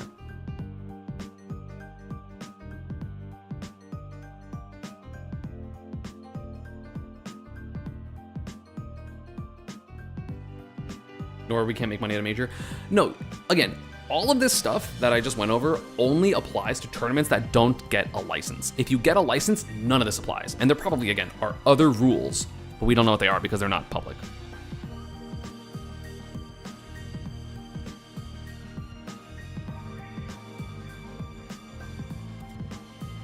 Why doesn't Nintendo embrace competitive scene? Because it's Nintendo. The TOs at my local are volunteers, but the money goes to the owner of the internet cafe, which is social. Then you would be fine. Will a local be able to get a license? Locals don't need to get a license. You just can't make money as a TO. I don't think Nintendo will try to punish people, otherwise that would get them huge backlash and make a PR disaster. They really don't give a shit. It simply cannot be worse than the backlash they got for Smash World Tour Panda Cup stuff. And the result of it is this, where they got more harsh guidelines. So that way everyone can know. Like again, before, like, I think the biggest thing of all of this, like, or one of the biggest reasons is like Nintendo was always very like hush-hush about what they're gonna cancel and what they're not. And it was always a surprise to people. Whereas this is like, hey, if you don't follow these rules, we're gonna come for you. And we're laying it out very obviously and very broadly. So if you break these rules, no one's gonna be on your side other than maybe thinking we're assholes for doing this in the first place. But you can't be like, oh, they can't do this, what are they gonna do? It's like, they told you what they're gonna do. They literally explicitly told you what you're gonna do. Like, you know, if what's an example? Like if you're in a class, because I'm assuming most of you were like in college or like high school or something. If you're in a class and you're doing something the teacher doesn't like, if the teacher doesn't tell you that you're not doing, or if the teacher doesn't tell you that you are doing something that they don't like and then randomly kick you out of the class, a lot of the people in the class will be like, hey, what? Why? Wait, why? What's going on? Why are you, what happened? We don't get it. And then they'll get mad at the teacher. But if the person's doing whatever the teacher doesn't like and the teacher goes, hey, person, I really don't like when people do this in my class. Can you please stop? If you don't, I will do something about it. And then you continue to do it. They go like, okay, I warned you, go to the office. Or whatever, right? Like, get out of my class. And then less people will be mad because they'll be like, yeah, why don't you just fucking listen to the fucking teacher, professor, whatever. This is that. It's like, hey, don't break our rules. If you break our rules, bad things will happen. And then if bad things happen, people are going to be like, oh my God, how did this happen? We had no idea what we needed to do. It's like, no, you knew what you needed to do. We told you what we needed to do. We explicitly told you everything you needed to do and what you could not do. And you didn't give a shit. So this one's on you. That's what's going on. That is what this is, right?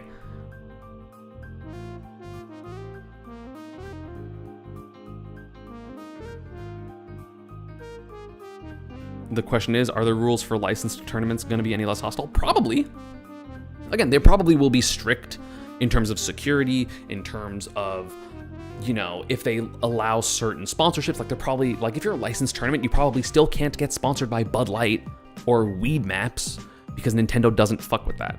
Like Nintendo still wants it to be a family-friendly thing, but like, you know, sponsorships like HyperX or, you know, like random peripheral companies of like keyboards and controller, well, not controllers because they want it to be first party, but like whatever products that are, you know, not taking from Nintendo, but, you know, are still existing, like drink sponsorships like Red Bull, Gatorade, whatever, like those are probably fine.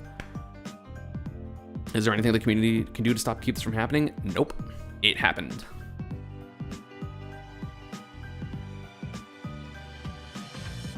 How do you think Nintendo will punish people? Cease and desists, and if you ignore the cease and desists, they will sue you with their infinite money. Nintendo has more money than every single player that plays Smash, casually or not, combined. So.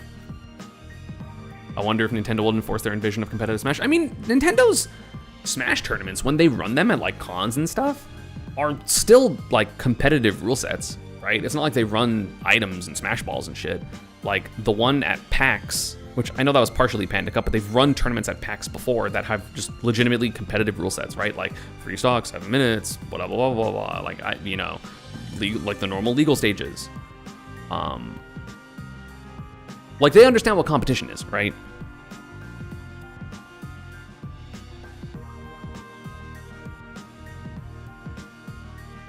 At least for Ultimate.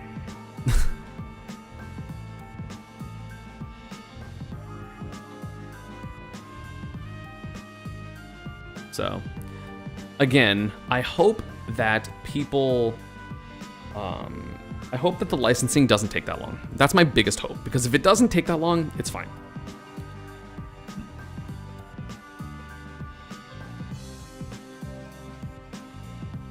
If the Panda thing had not happened, where do you think you'd be? I think this would still be private, but Panda would be the liaison to help a bunch of scenes. And I don't think they would care that much about the locals because they're focusing on what Panda's doing.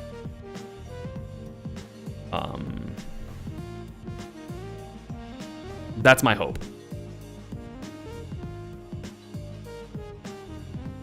Do I think Nintendo will be okay with non-profit giving to charity type tournaments? I think you just need to be, like, for charity stuff, they probably want licensure to make sure that, one, you're doing it legit, and two, that it's not going to charities that, like, conflict with them for some reason.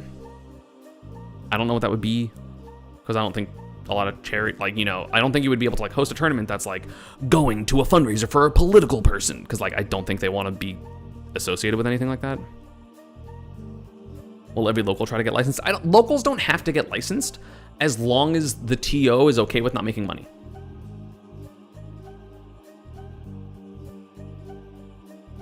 Will the licensing cost a lot of money? Don't know how that works.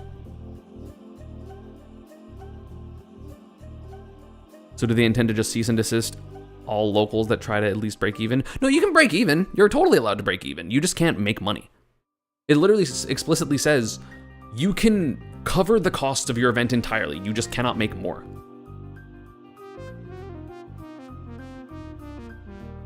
Like, that's literally what they said.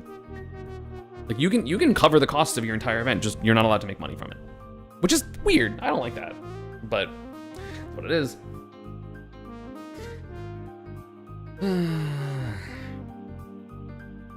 General strike, they can't sue us all. You'd be surprised. Nintendo pays a lot of attention. Like, they know what Start GG is. You know? Like, they can just go into Start GG.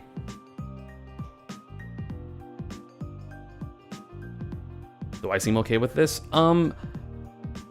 Talking about it makes me feel a little better. I'm still scared. Because I don't know how many, like, again, my hope is literally, like, I hope that the licensing is easy. If the licensing isn't easy, this really sucks. If it's easy, not the biggest deal in the world, just annoying. Like, just a hassle.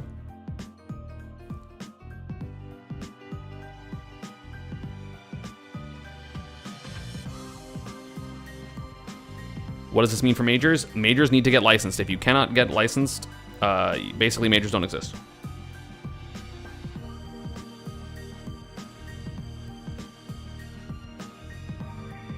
If I control a scene I've seen get money, I'd get to monopolize the money for my own company. I don't think the people are really, again, the licensing may cost money, but I don't think the money would have to go to Nintendo. That'd be silly. Do I have my favorite controller still? I really hope I do, otherwise I'm fucked.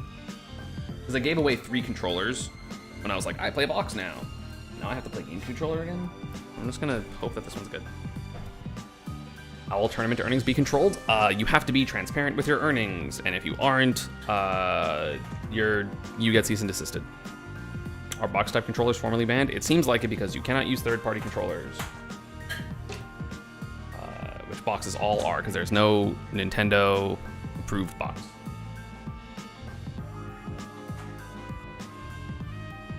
That sucks. No fob. To be fair, fobs are mostly only a melee thing, so I don't really care about that too much, personally.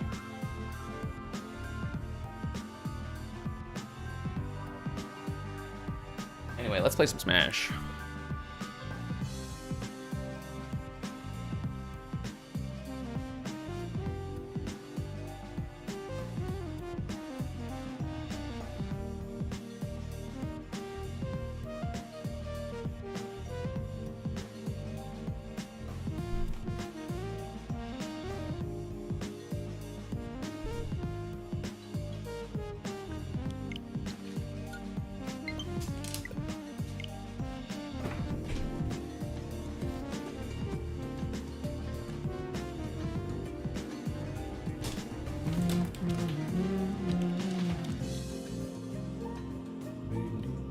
this controller.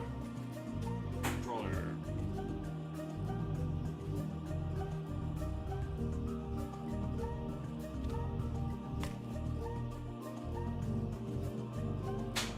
If a major gets licensed, can you still have a large payout to the winner? Yep. All the things that are like limiting that are literally only for the non-licensed tournament. Nothing in that document is relevant to anything if you are a licensed tournament. The licensed tournaments probably have different things they are going to need to abide by, but I don't know what those are. And you only do if you are applying. Which I'd be interested to know if like anyone is gonna like try to get a license and then like see the guidelines and then like post them. But is Fob good for Ultimate? The only person I know that actively uses Fobs, or the two people I guess, are Mudace and Riddles. Does this affect Canadian tournaments? I think Nintendo of Canada is a different thing, but also they'll probably follow suit.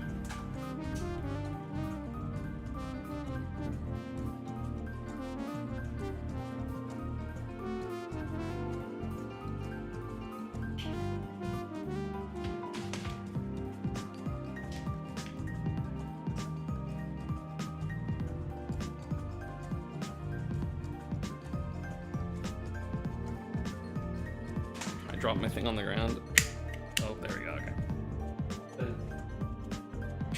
Oh.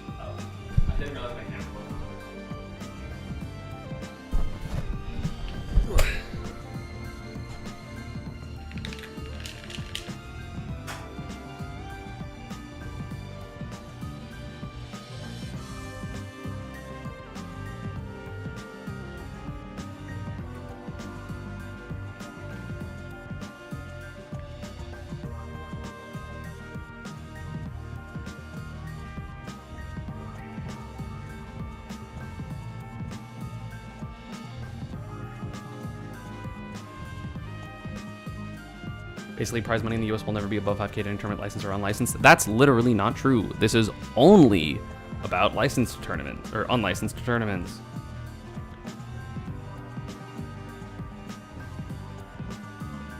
Only for licensed tournaments. Sorry, only for unlicensed tournaments. We don't know the rules of licensed tournaments.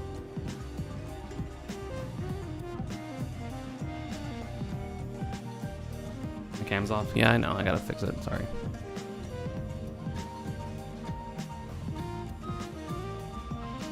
Hi.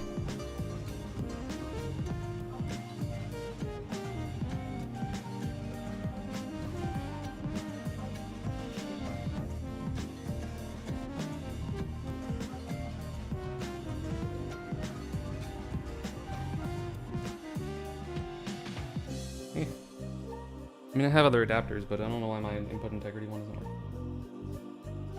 working. Okay. Sorry, this is kind of annoying.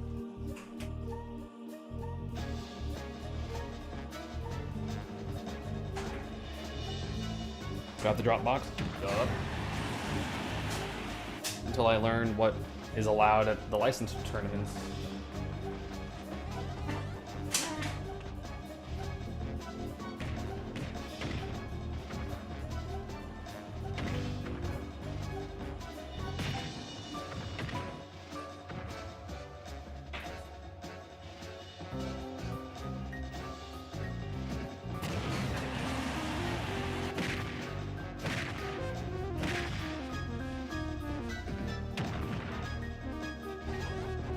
Give me a sec.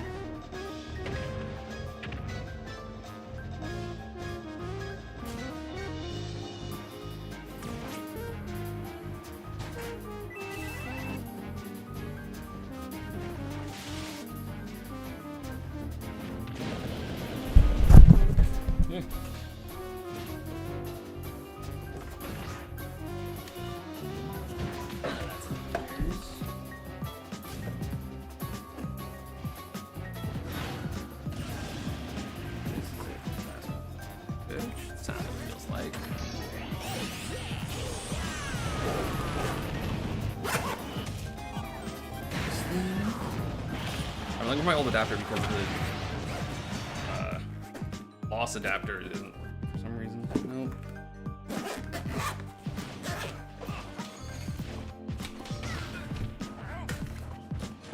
Wasn't ready for that to not be working.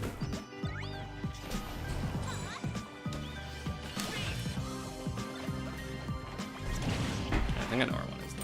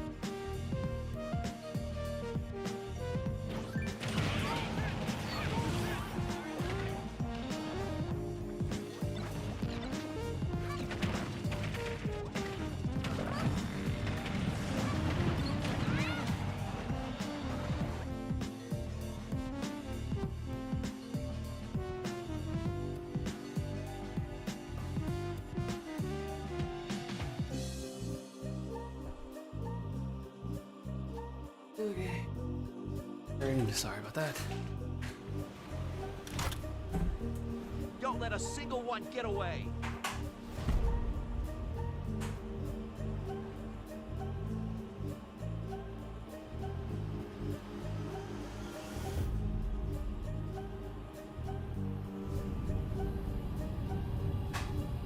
Okay.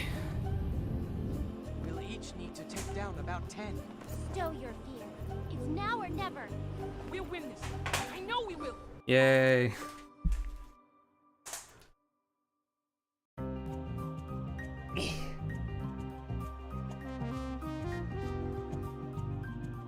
I'm taking this so calmly. I had my giant feeling of existential dread literally before I was streaming. Once I started streaming, I felt better. Okay.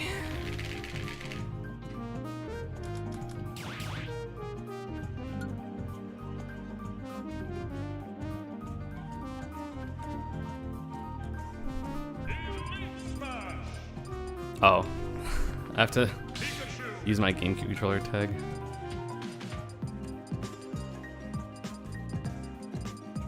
Okay, it doesn't have it. What was it? X special.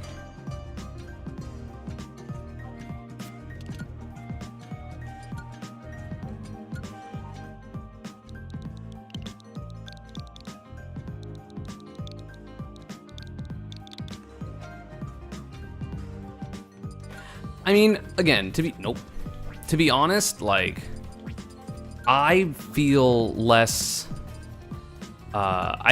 bad for me than I do for people that need to use box for hands. I used box because I wanted to, and because it's cool and good, and it's better for my hands. I don't have hand issues to the point where I needed to use box. So I am in a much more fortunate position than a lot of people that have to use box, because if I had to use box and this came out, I simply had to quit.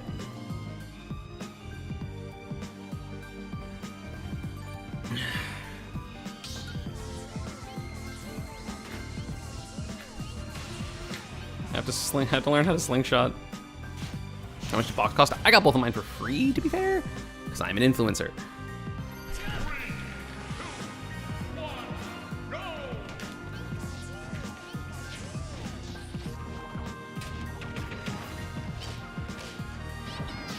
Let's go. I got a moving thunder. I just gotta learn some of the inputs that I was like hesitant on learning before.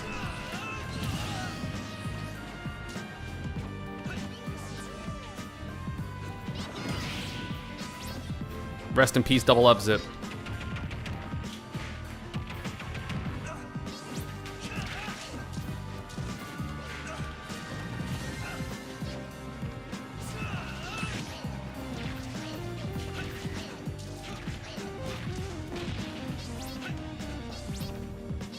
I want to like learn the slide angles, but also that's a lot of effort. Whoops.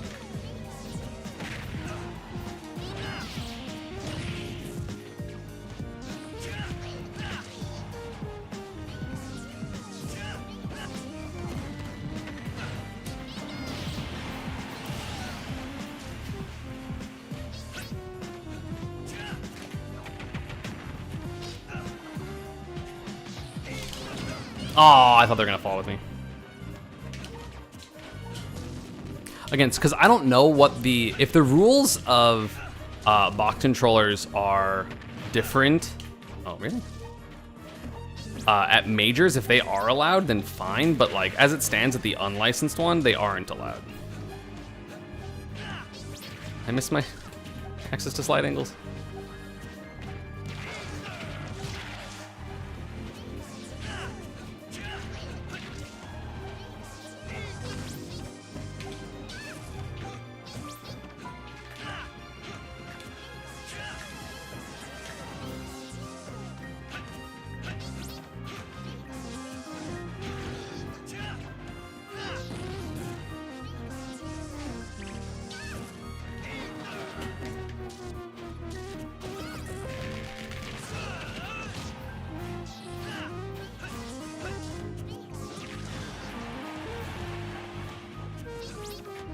Oh, is the other music still playing? I'm so sorry. I didn't know that.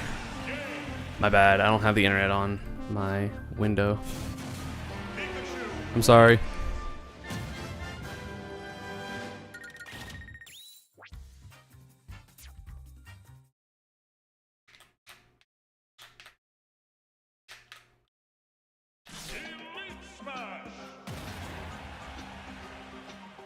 Do you think a Steve Band tournament would ever get licensed? That's a good question.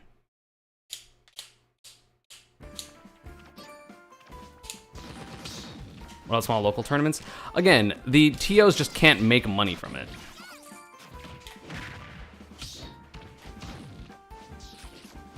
The good thing is, at least my like panic options and stuff I'll still be used to, because I still have a ton of GameCube experience. Talking about controllers. It says that tournaments become illegal if you run like third-party stuff, so I don't know.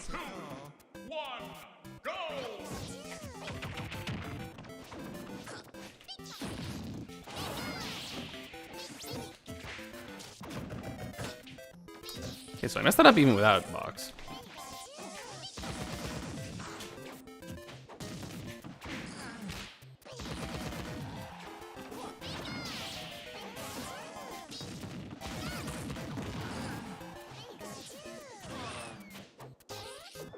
Oh, right, no double up zip.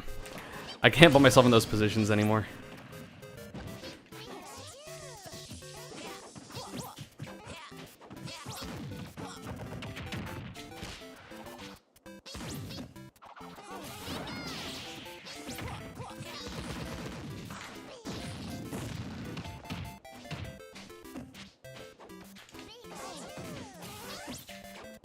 Oh, I missed my jump. Right, instant wall jumps harder now too. Hell yeah, Luigi forward throw.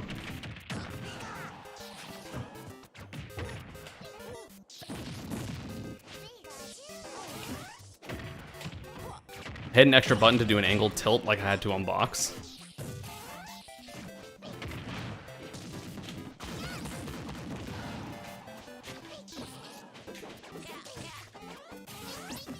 Luigi makes it back so far.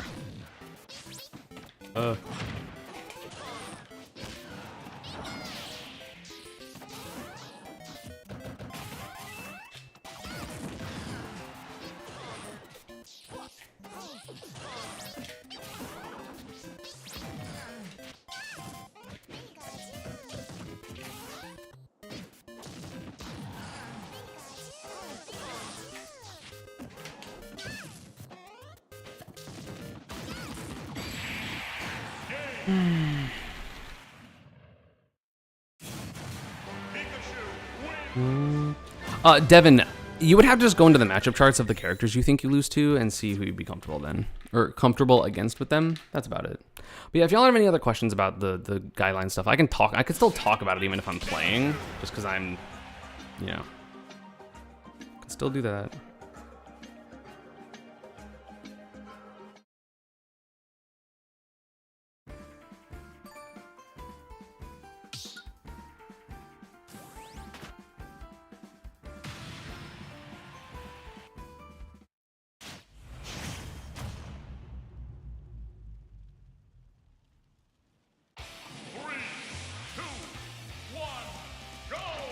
Hi, Nano Ash.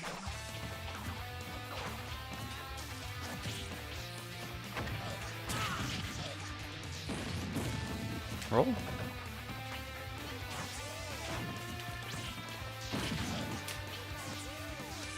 Get rip sleepy. I feel like the Melee community knew that was a ticking time bomb though, because of like how Nintendo has responded to that in the past.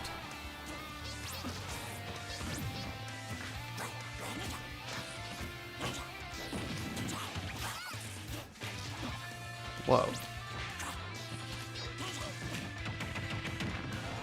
You think they're bluffing? Nope.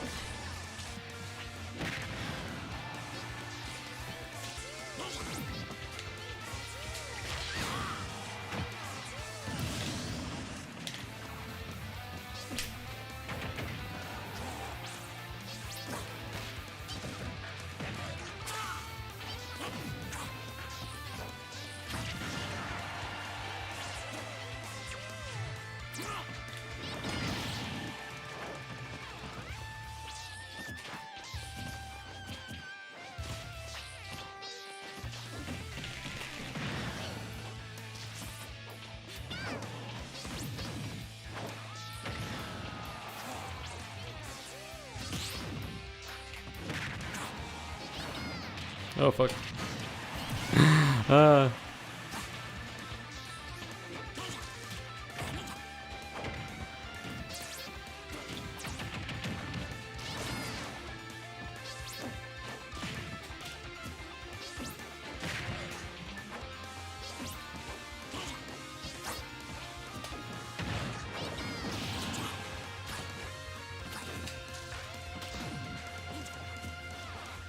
Missed my jump button because I was too light with it.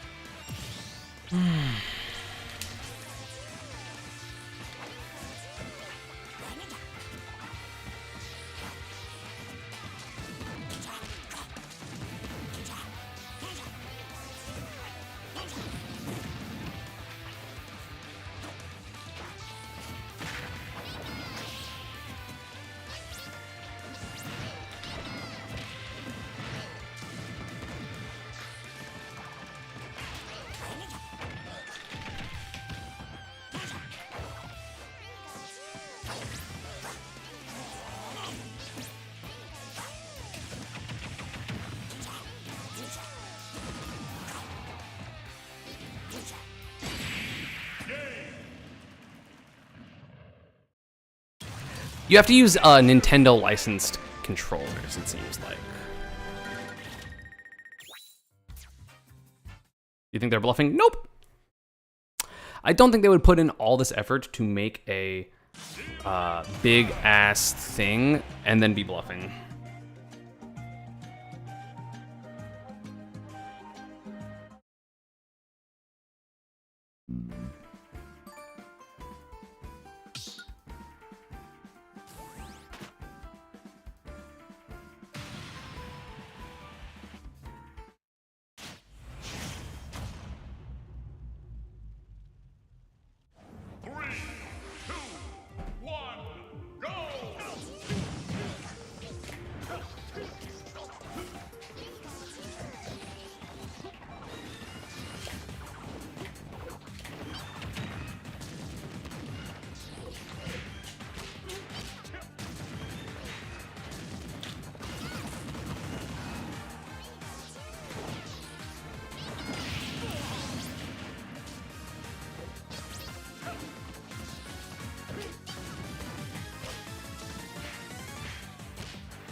I messed up my IDJ. It's Jover.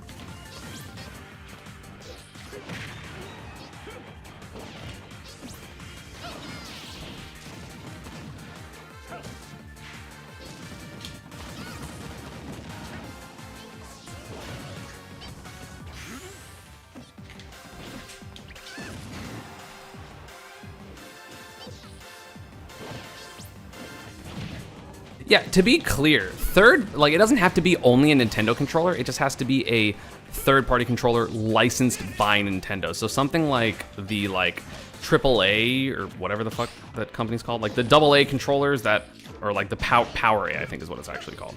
Those are probably fine because they're Nintendo licensed. Imagine if I lost to that, I'd be so upset.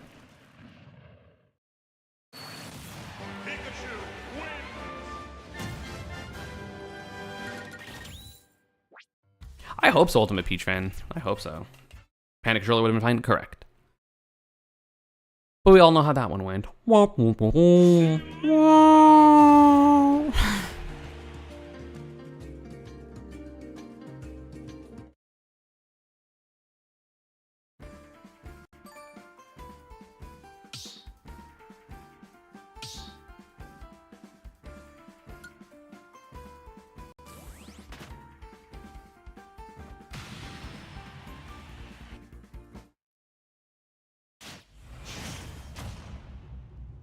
Mr. Clean, that's me!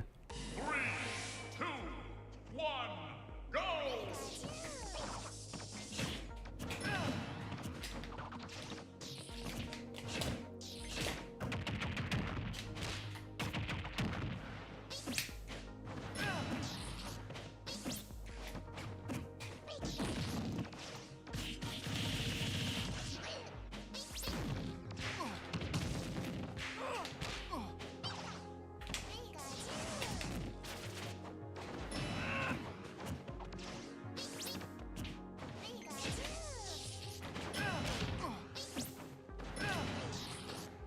Oh, I saved him.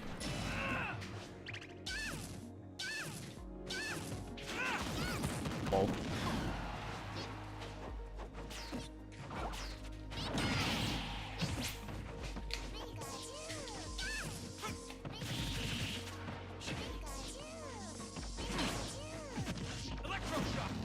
Why were you mashing side B there?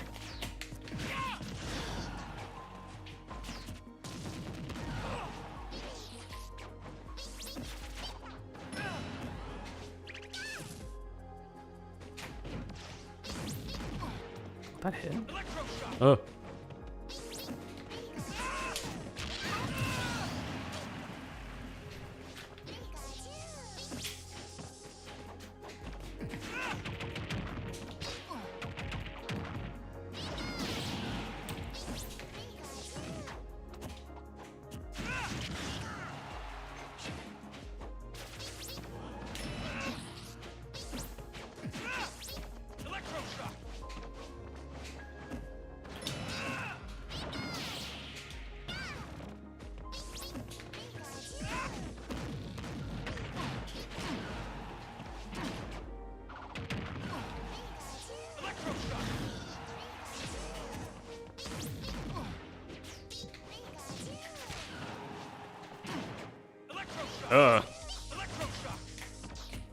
Do it again.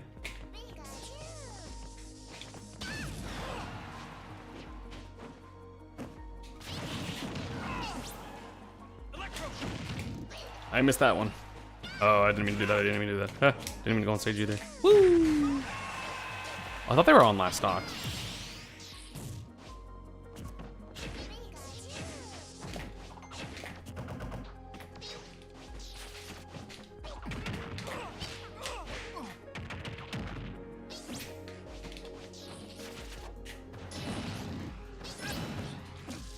I was so close.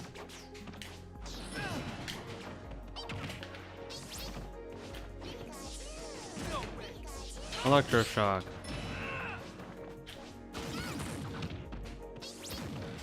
Game.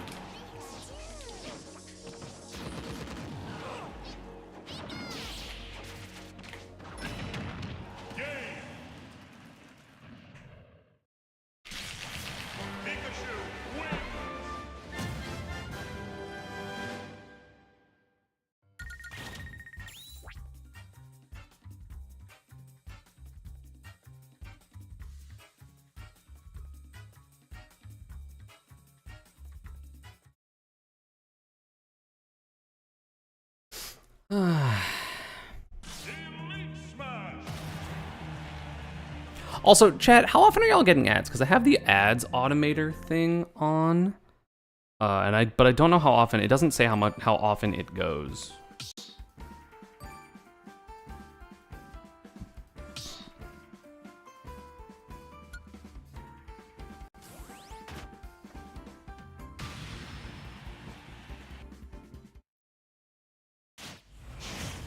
Rarely, if ever. Oh, okay, I'm gonna do more then. Boop.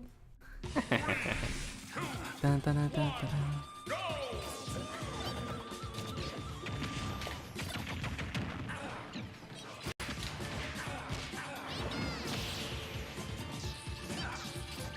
Whoops.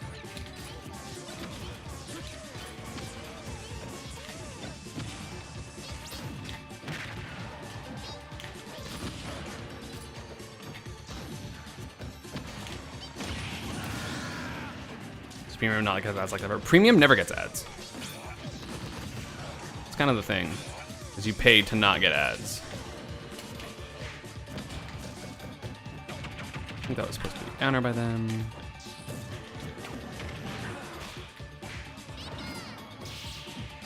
That'd have been sick.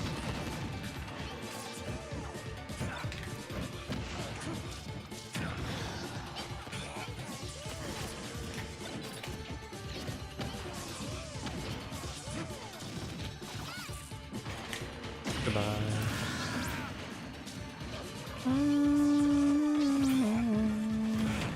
Ow.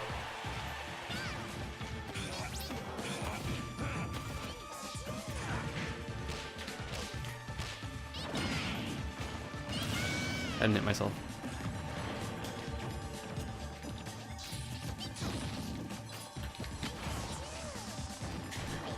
Oh, I tried.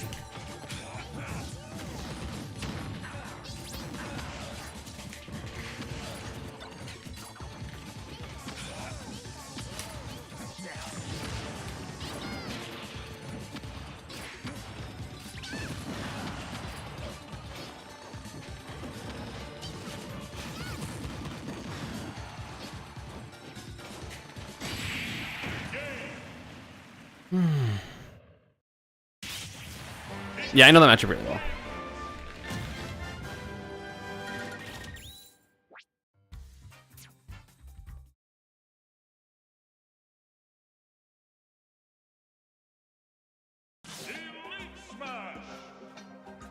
Snake has amazing out of shield. What do you mean? Snake's downer is frame 6 out of shield.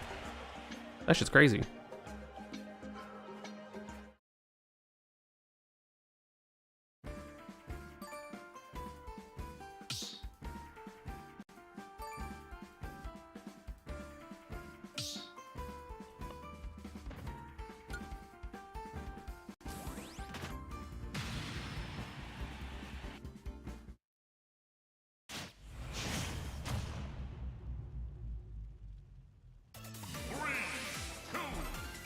Lil Tay's GPA.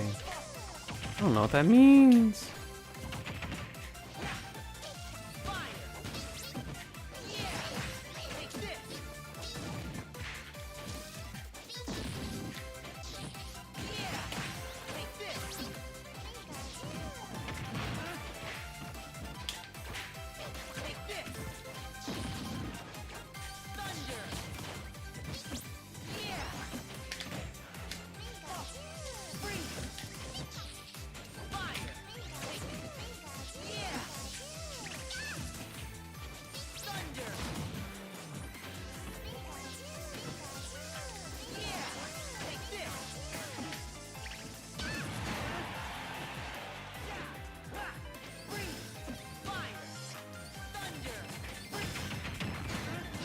Okay.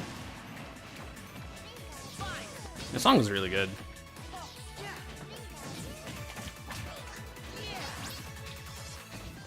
Whoops.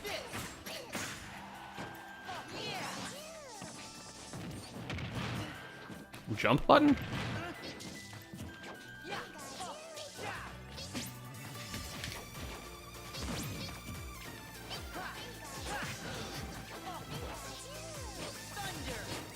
Kind of ashamed I'm not winning by more.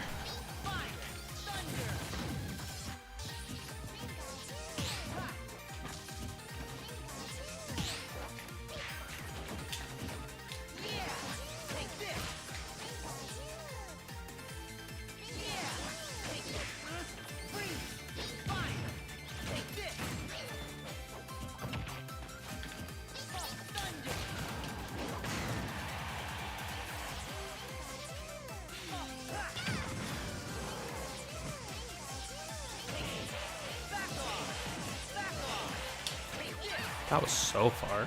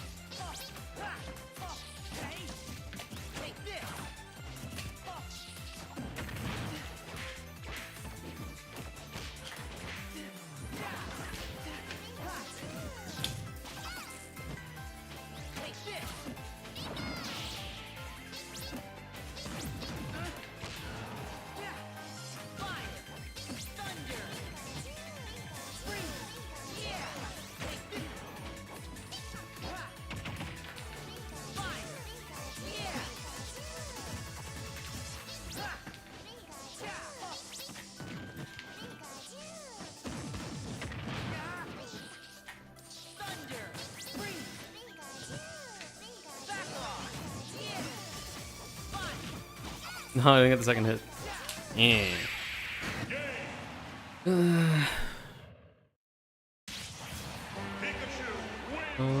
But a high.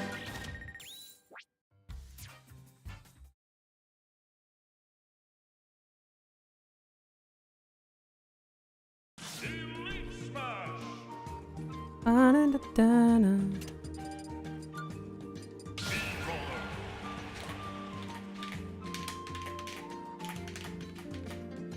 The controller's cute though. It's got a little Pikachu button on it. Cute.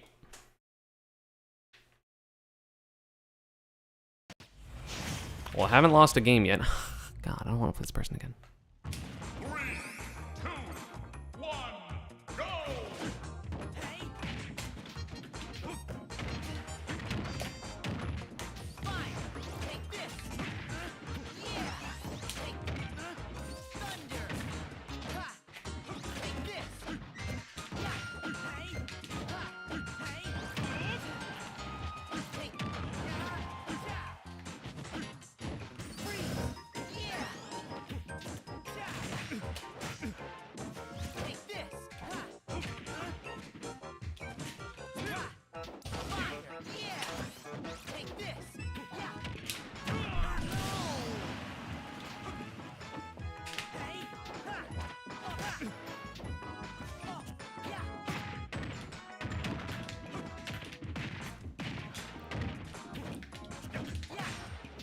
Okay, the brawler's still moving.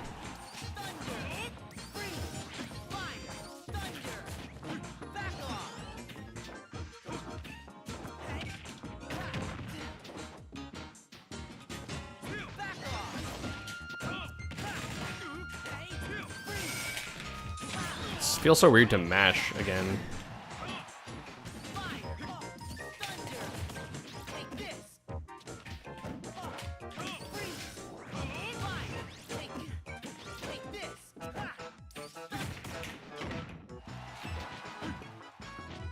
How did this person get this high GSP?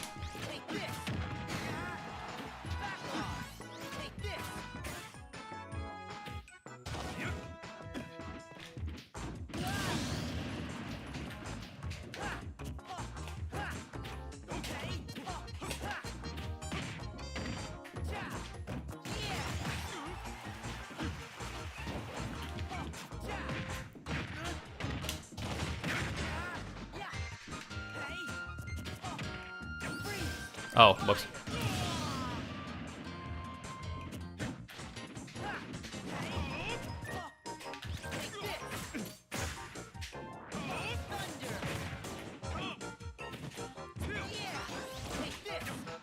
Oh, fuck. I'm kind of surprised I made that, to be honest.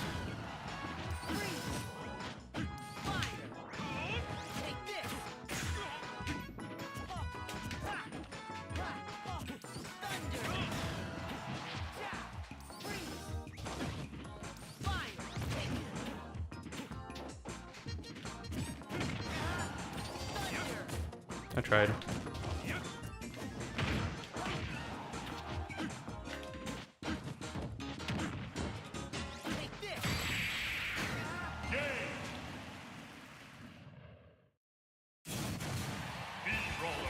Well, the answer to if they'll license D-band tournaments is yes, because Luminosity has a license and they're hosting Let's Make Moves Miami. We don't know if Luminosity has a license, unless they've said directly that they do, but I don't think we know that yet. Elite Smash.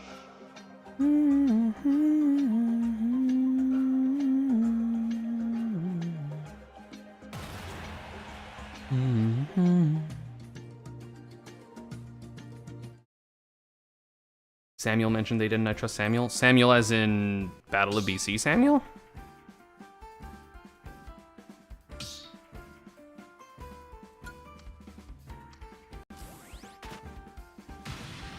I don't know what his full at is. Roseman, do you know the full at? I'll just go look at their Twitter. Another Sora? 3, 2, 1, go!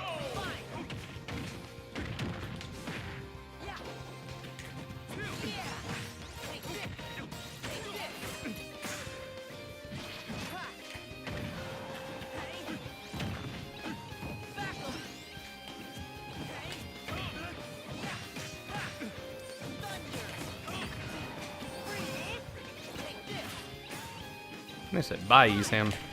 They did not want to fight me. Oh, that was a good ass shot, but... Oh, I missed my double jump.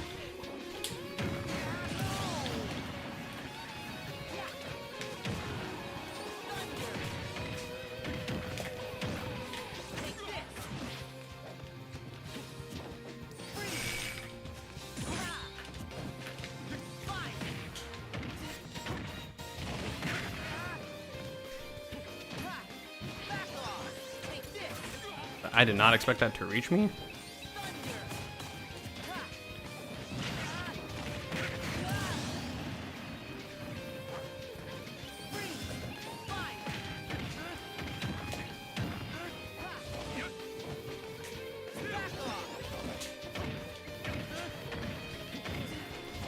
Oh fuck, I'm dead.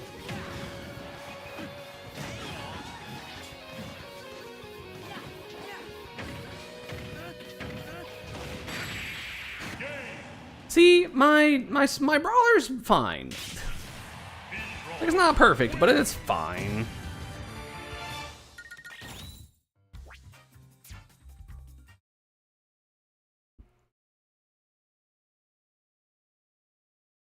Elite Smash.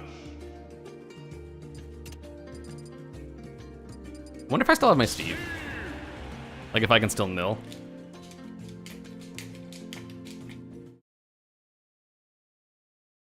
Is the title clickbait? No.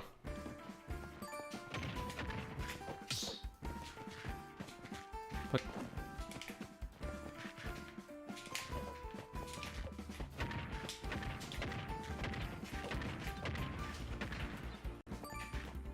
How the fuck did I do this?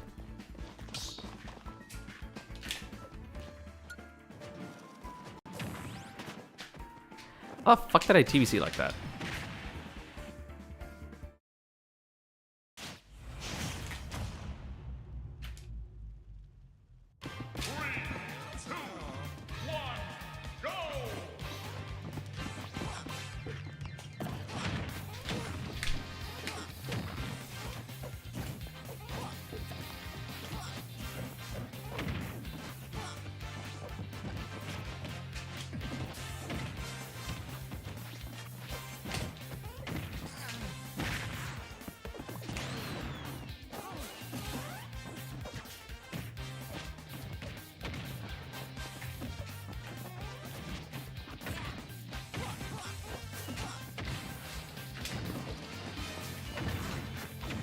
So I got nil threes.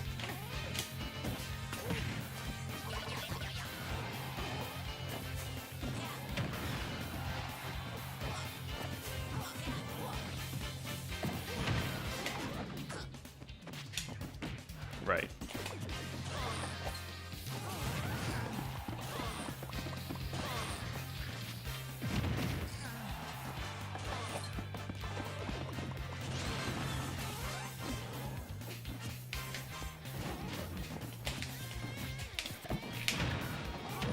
Try to DI in.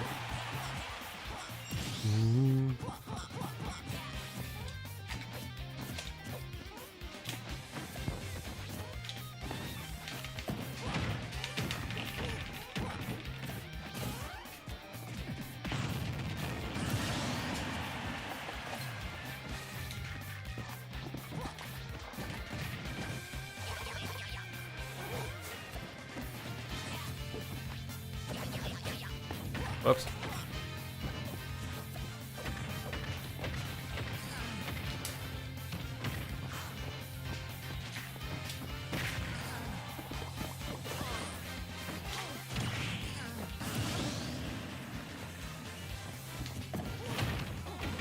Oh, I got hit anyway. It is not lagging for me, that's on your end.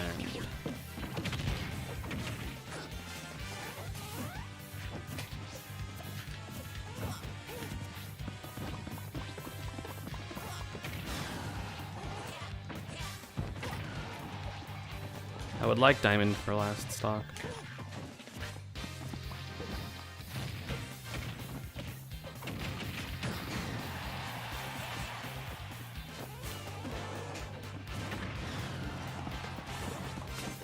Give me fucking diamond.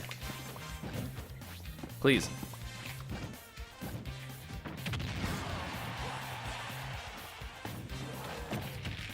I'm dead.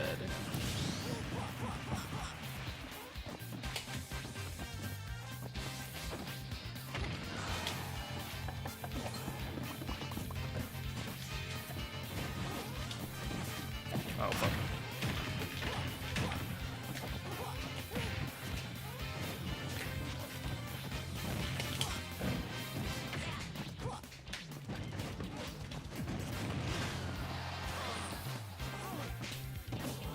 Whoa. Shit.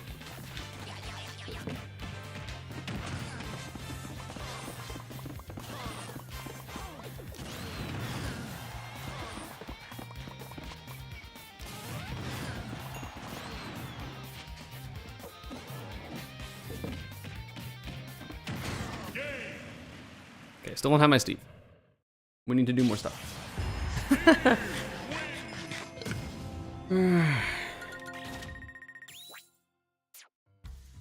Yeah, it's so weird. The US version doesn't have that part. The US version doesn't have the thing about like the sponsored players or wearing the jerseys or stuff like that. Like it just doesn't have it, or I misread it. But it doesn't. It didn't seem like it had it in the English version.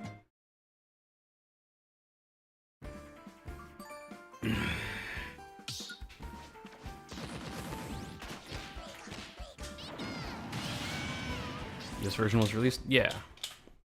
Like hours ago.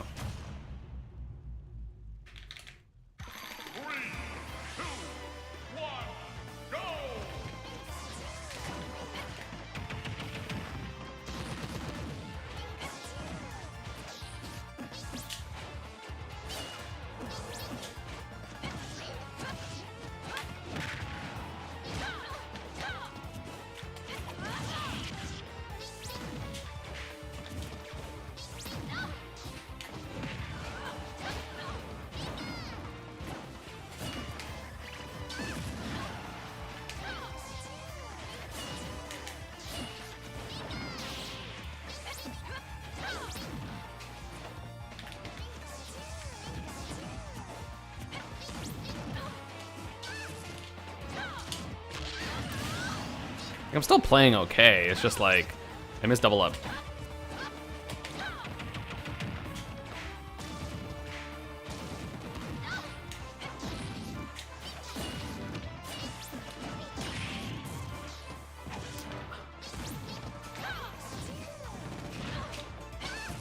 Like my brain is now wired for like all these different angles, and I'm like, I can't do them anymore.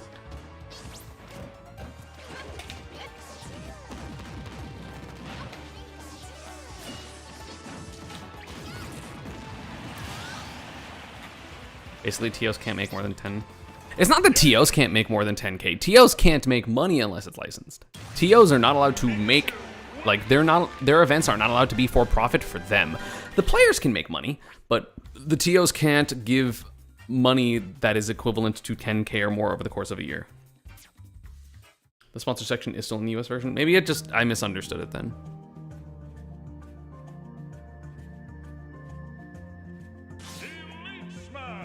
To be fair, that isn't how that worked anyway. No, like, people watching, or like Dorothy was never put into the pot, like almost ever.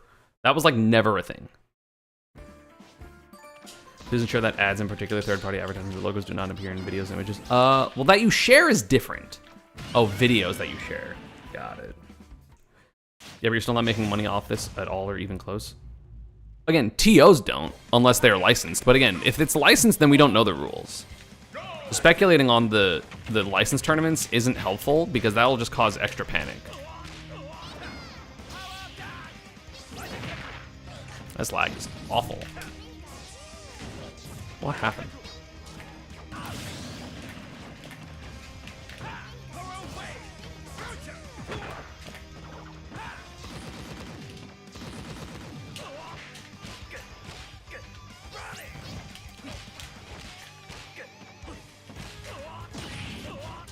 It's a very Terry thing to not mash air dodge at all.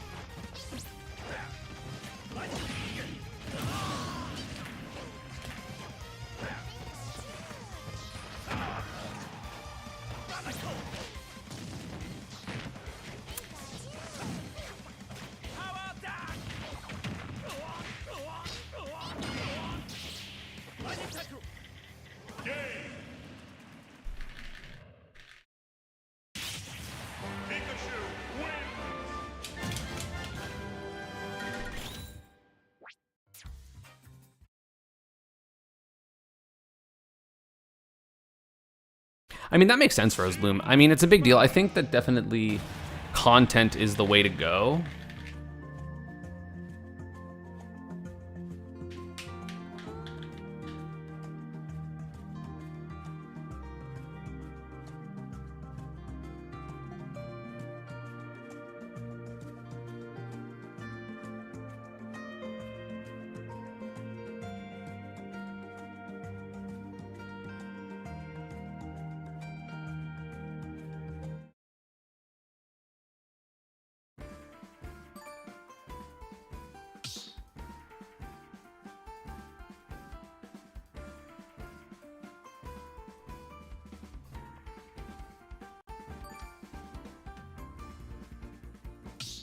You can expect a grand total of 0 majors. That's your extra Doomerang. Majors, there are plenty of majors that are still Nintendo licensed. Nintendo licensed events will still happen. They happen frequently. Relax a little bit. 3, 2, 1, go!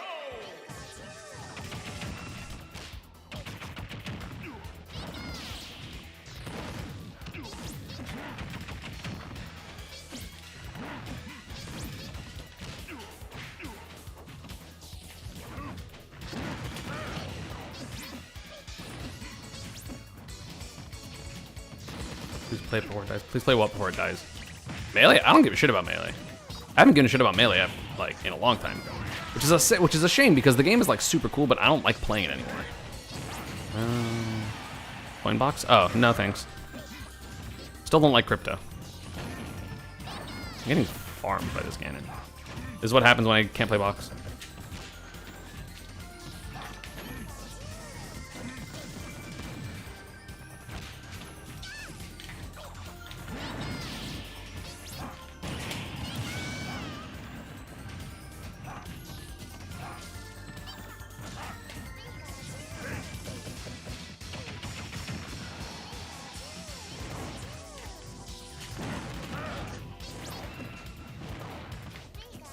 Help.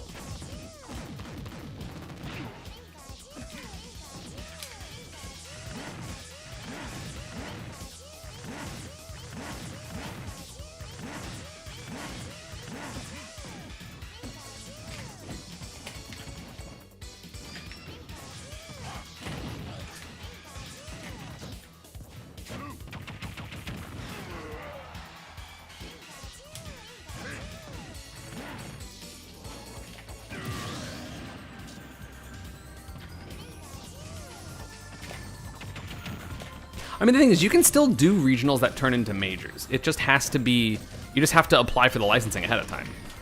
Like, you can do, I'm sure you can do licensing even if you aren't going to be the biggest tournament ever. Like, I'm sure that's still allowed. Like, they're not going to be like, only the super big recognizable tournaments.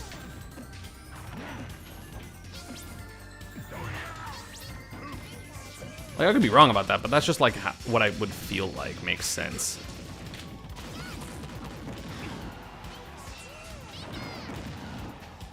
I knew that was gonna happen. Why did I do that still?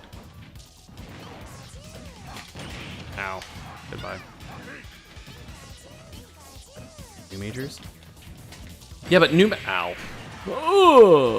New majors can still happen. You just have to get the licensing ahead of time. And again, we don't know if licensing like costs money or anything. So like,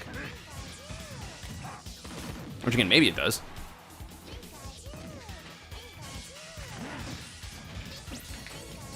Oh, I lost to Ganon. I'm not letting that be my last game. One more.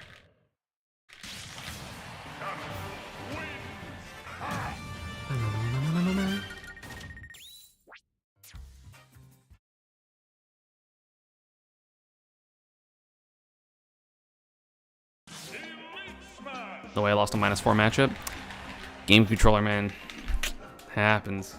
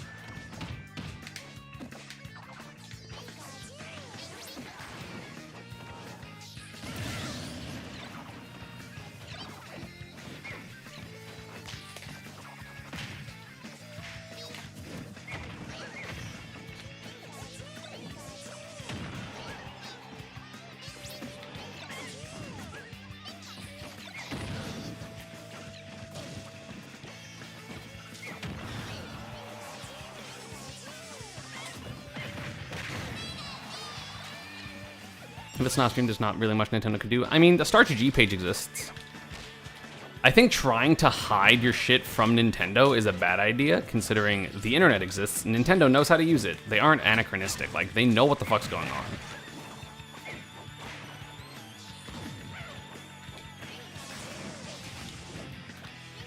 Like, they'll go to Start GG and find shit. Like, they'll do what they gotta do.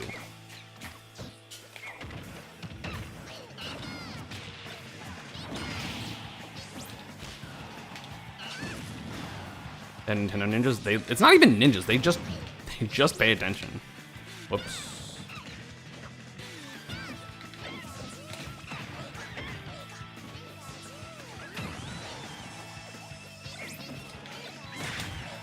I teched? This lag is also bad, but you know, if I lose this one, then so be it.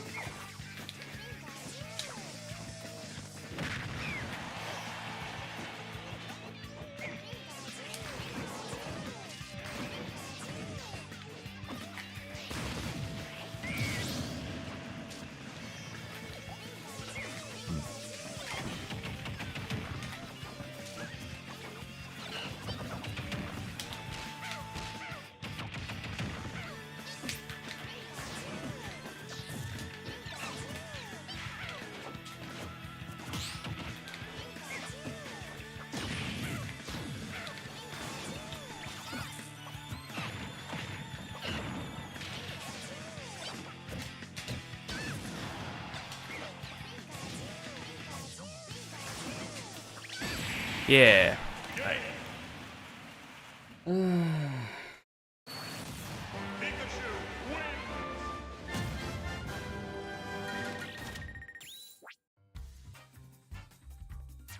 Will they get Start GG shut down? No, that has nothing to do with it. The tournaments will. They'll go to Start GG and find the pages with the tournaments and then shut them down. Anyway, everyone, I have to go. Peace. The main conversation will be up on YouTube later. I'm actually going to switch the title so that people can watch this now, but I'm also going to have an edited version. Bye bye.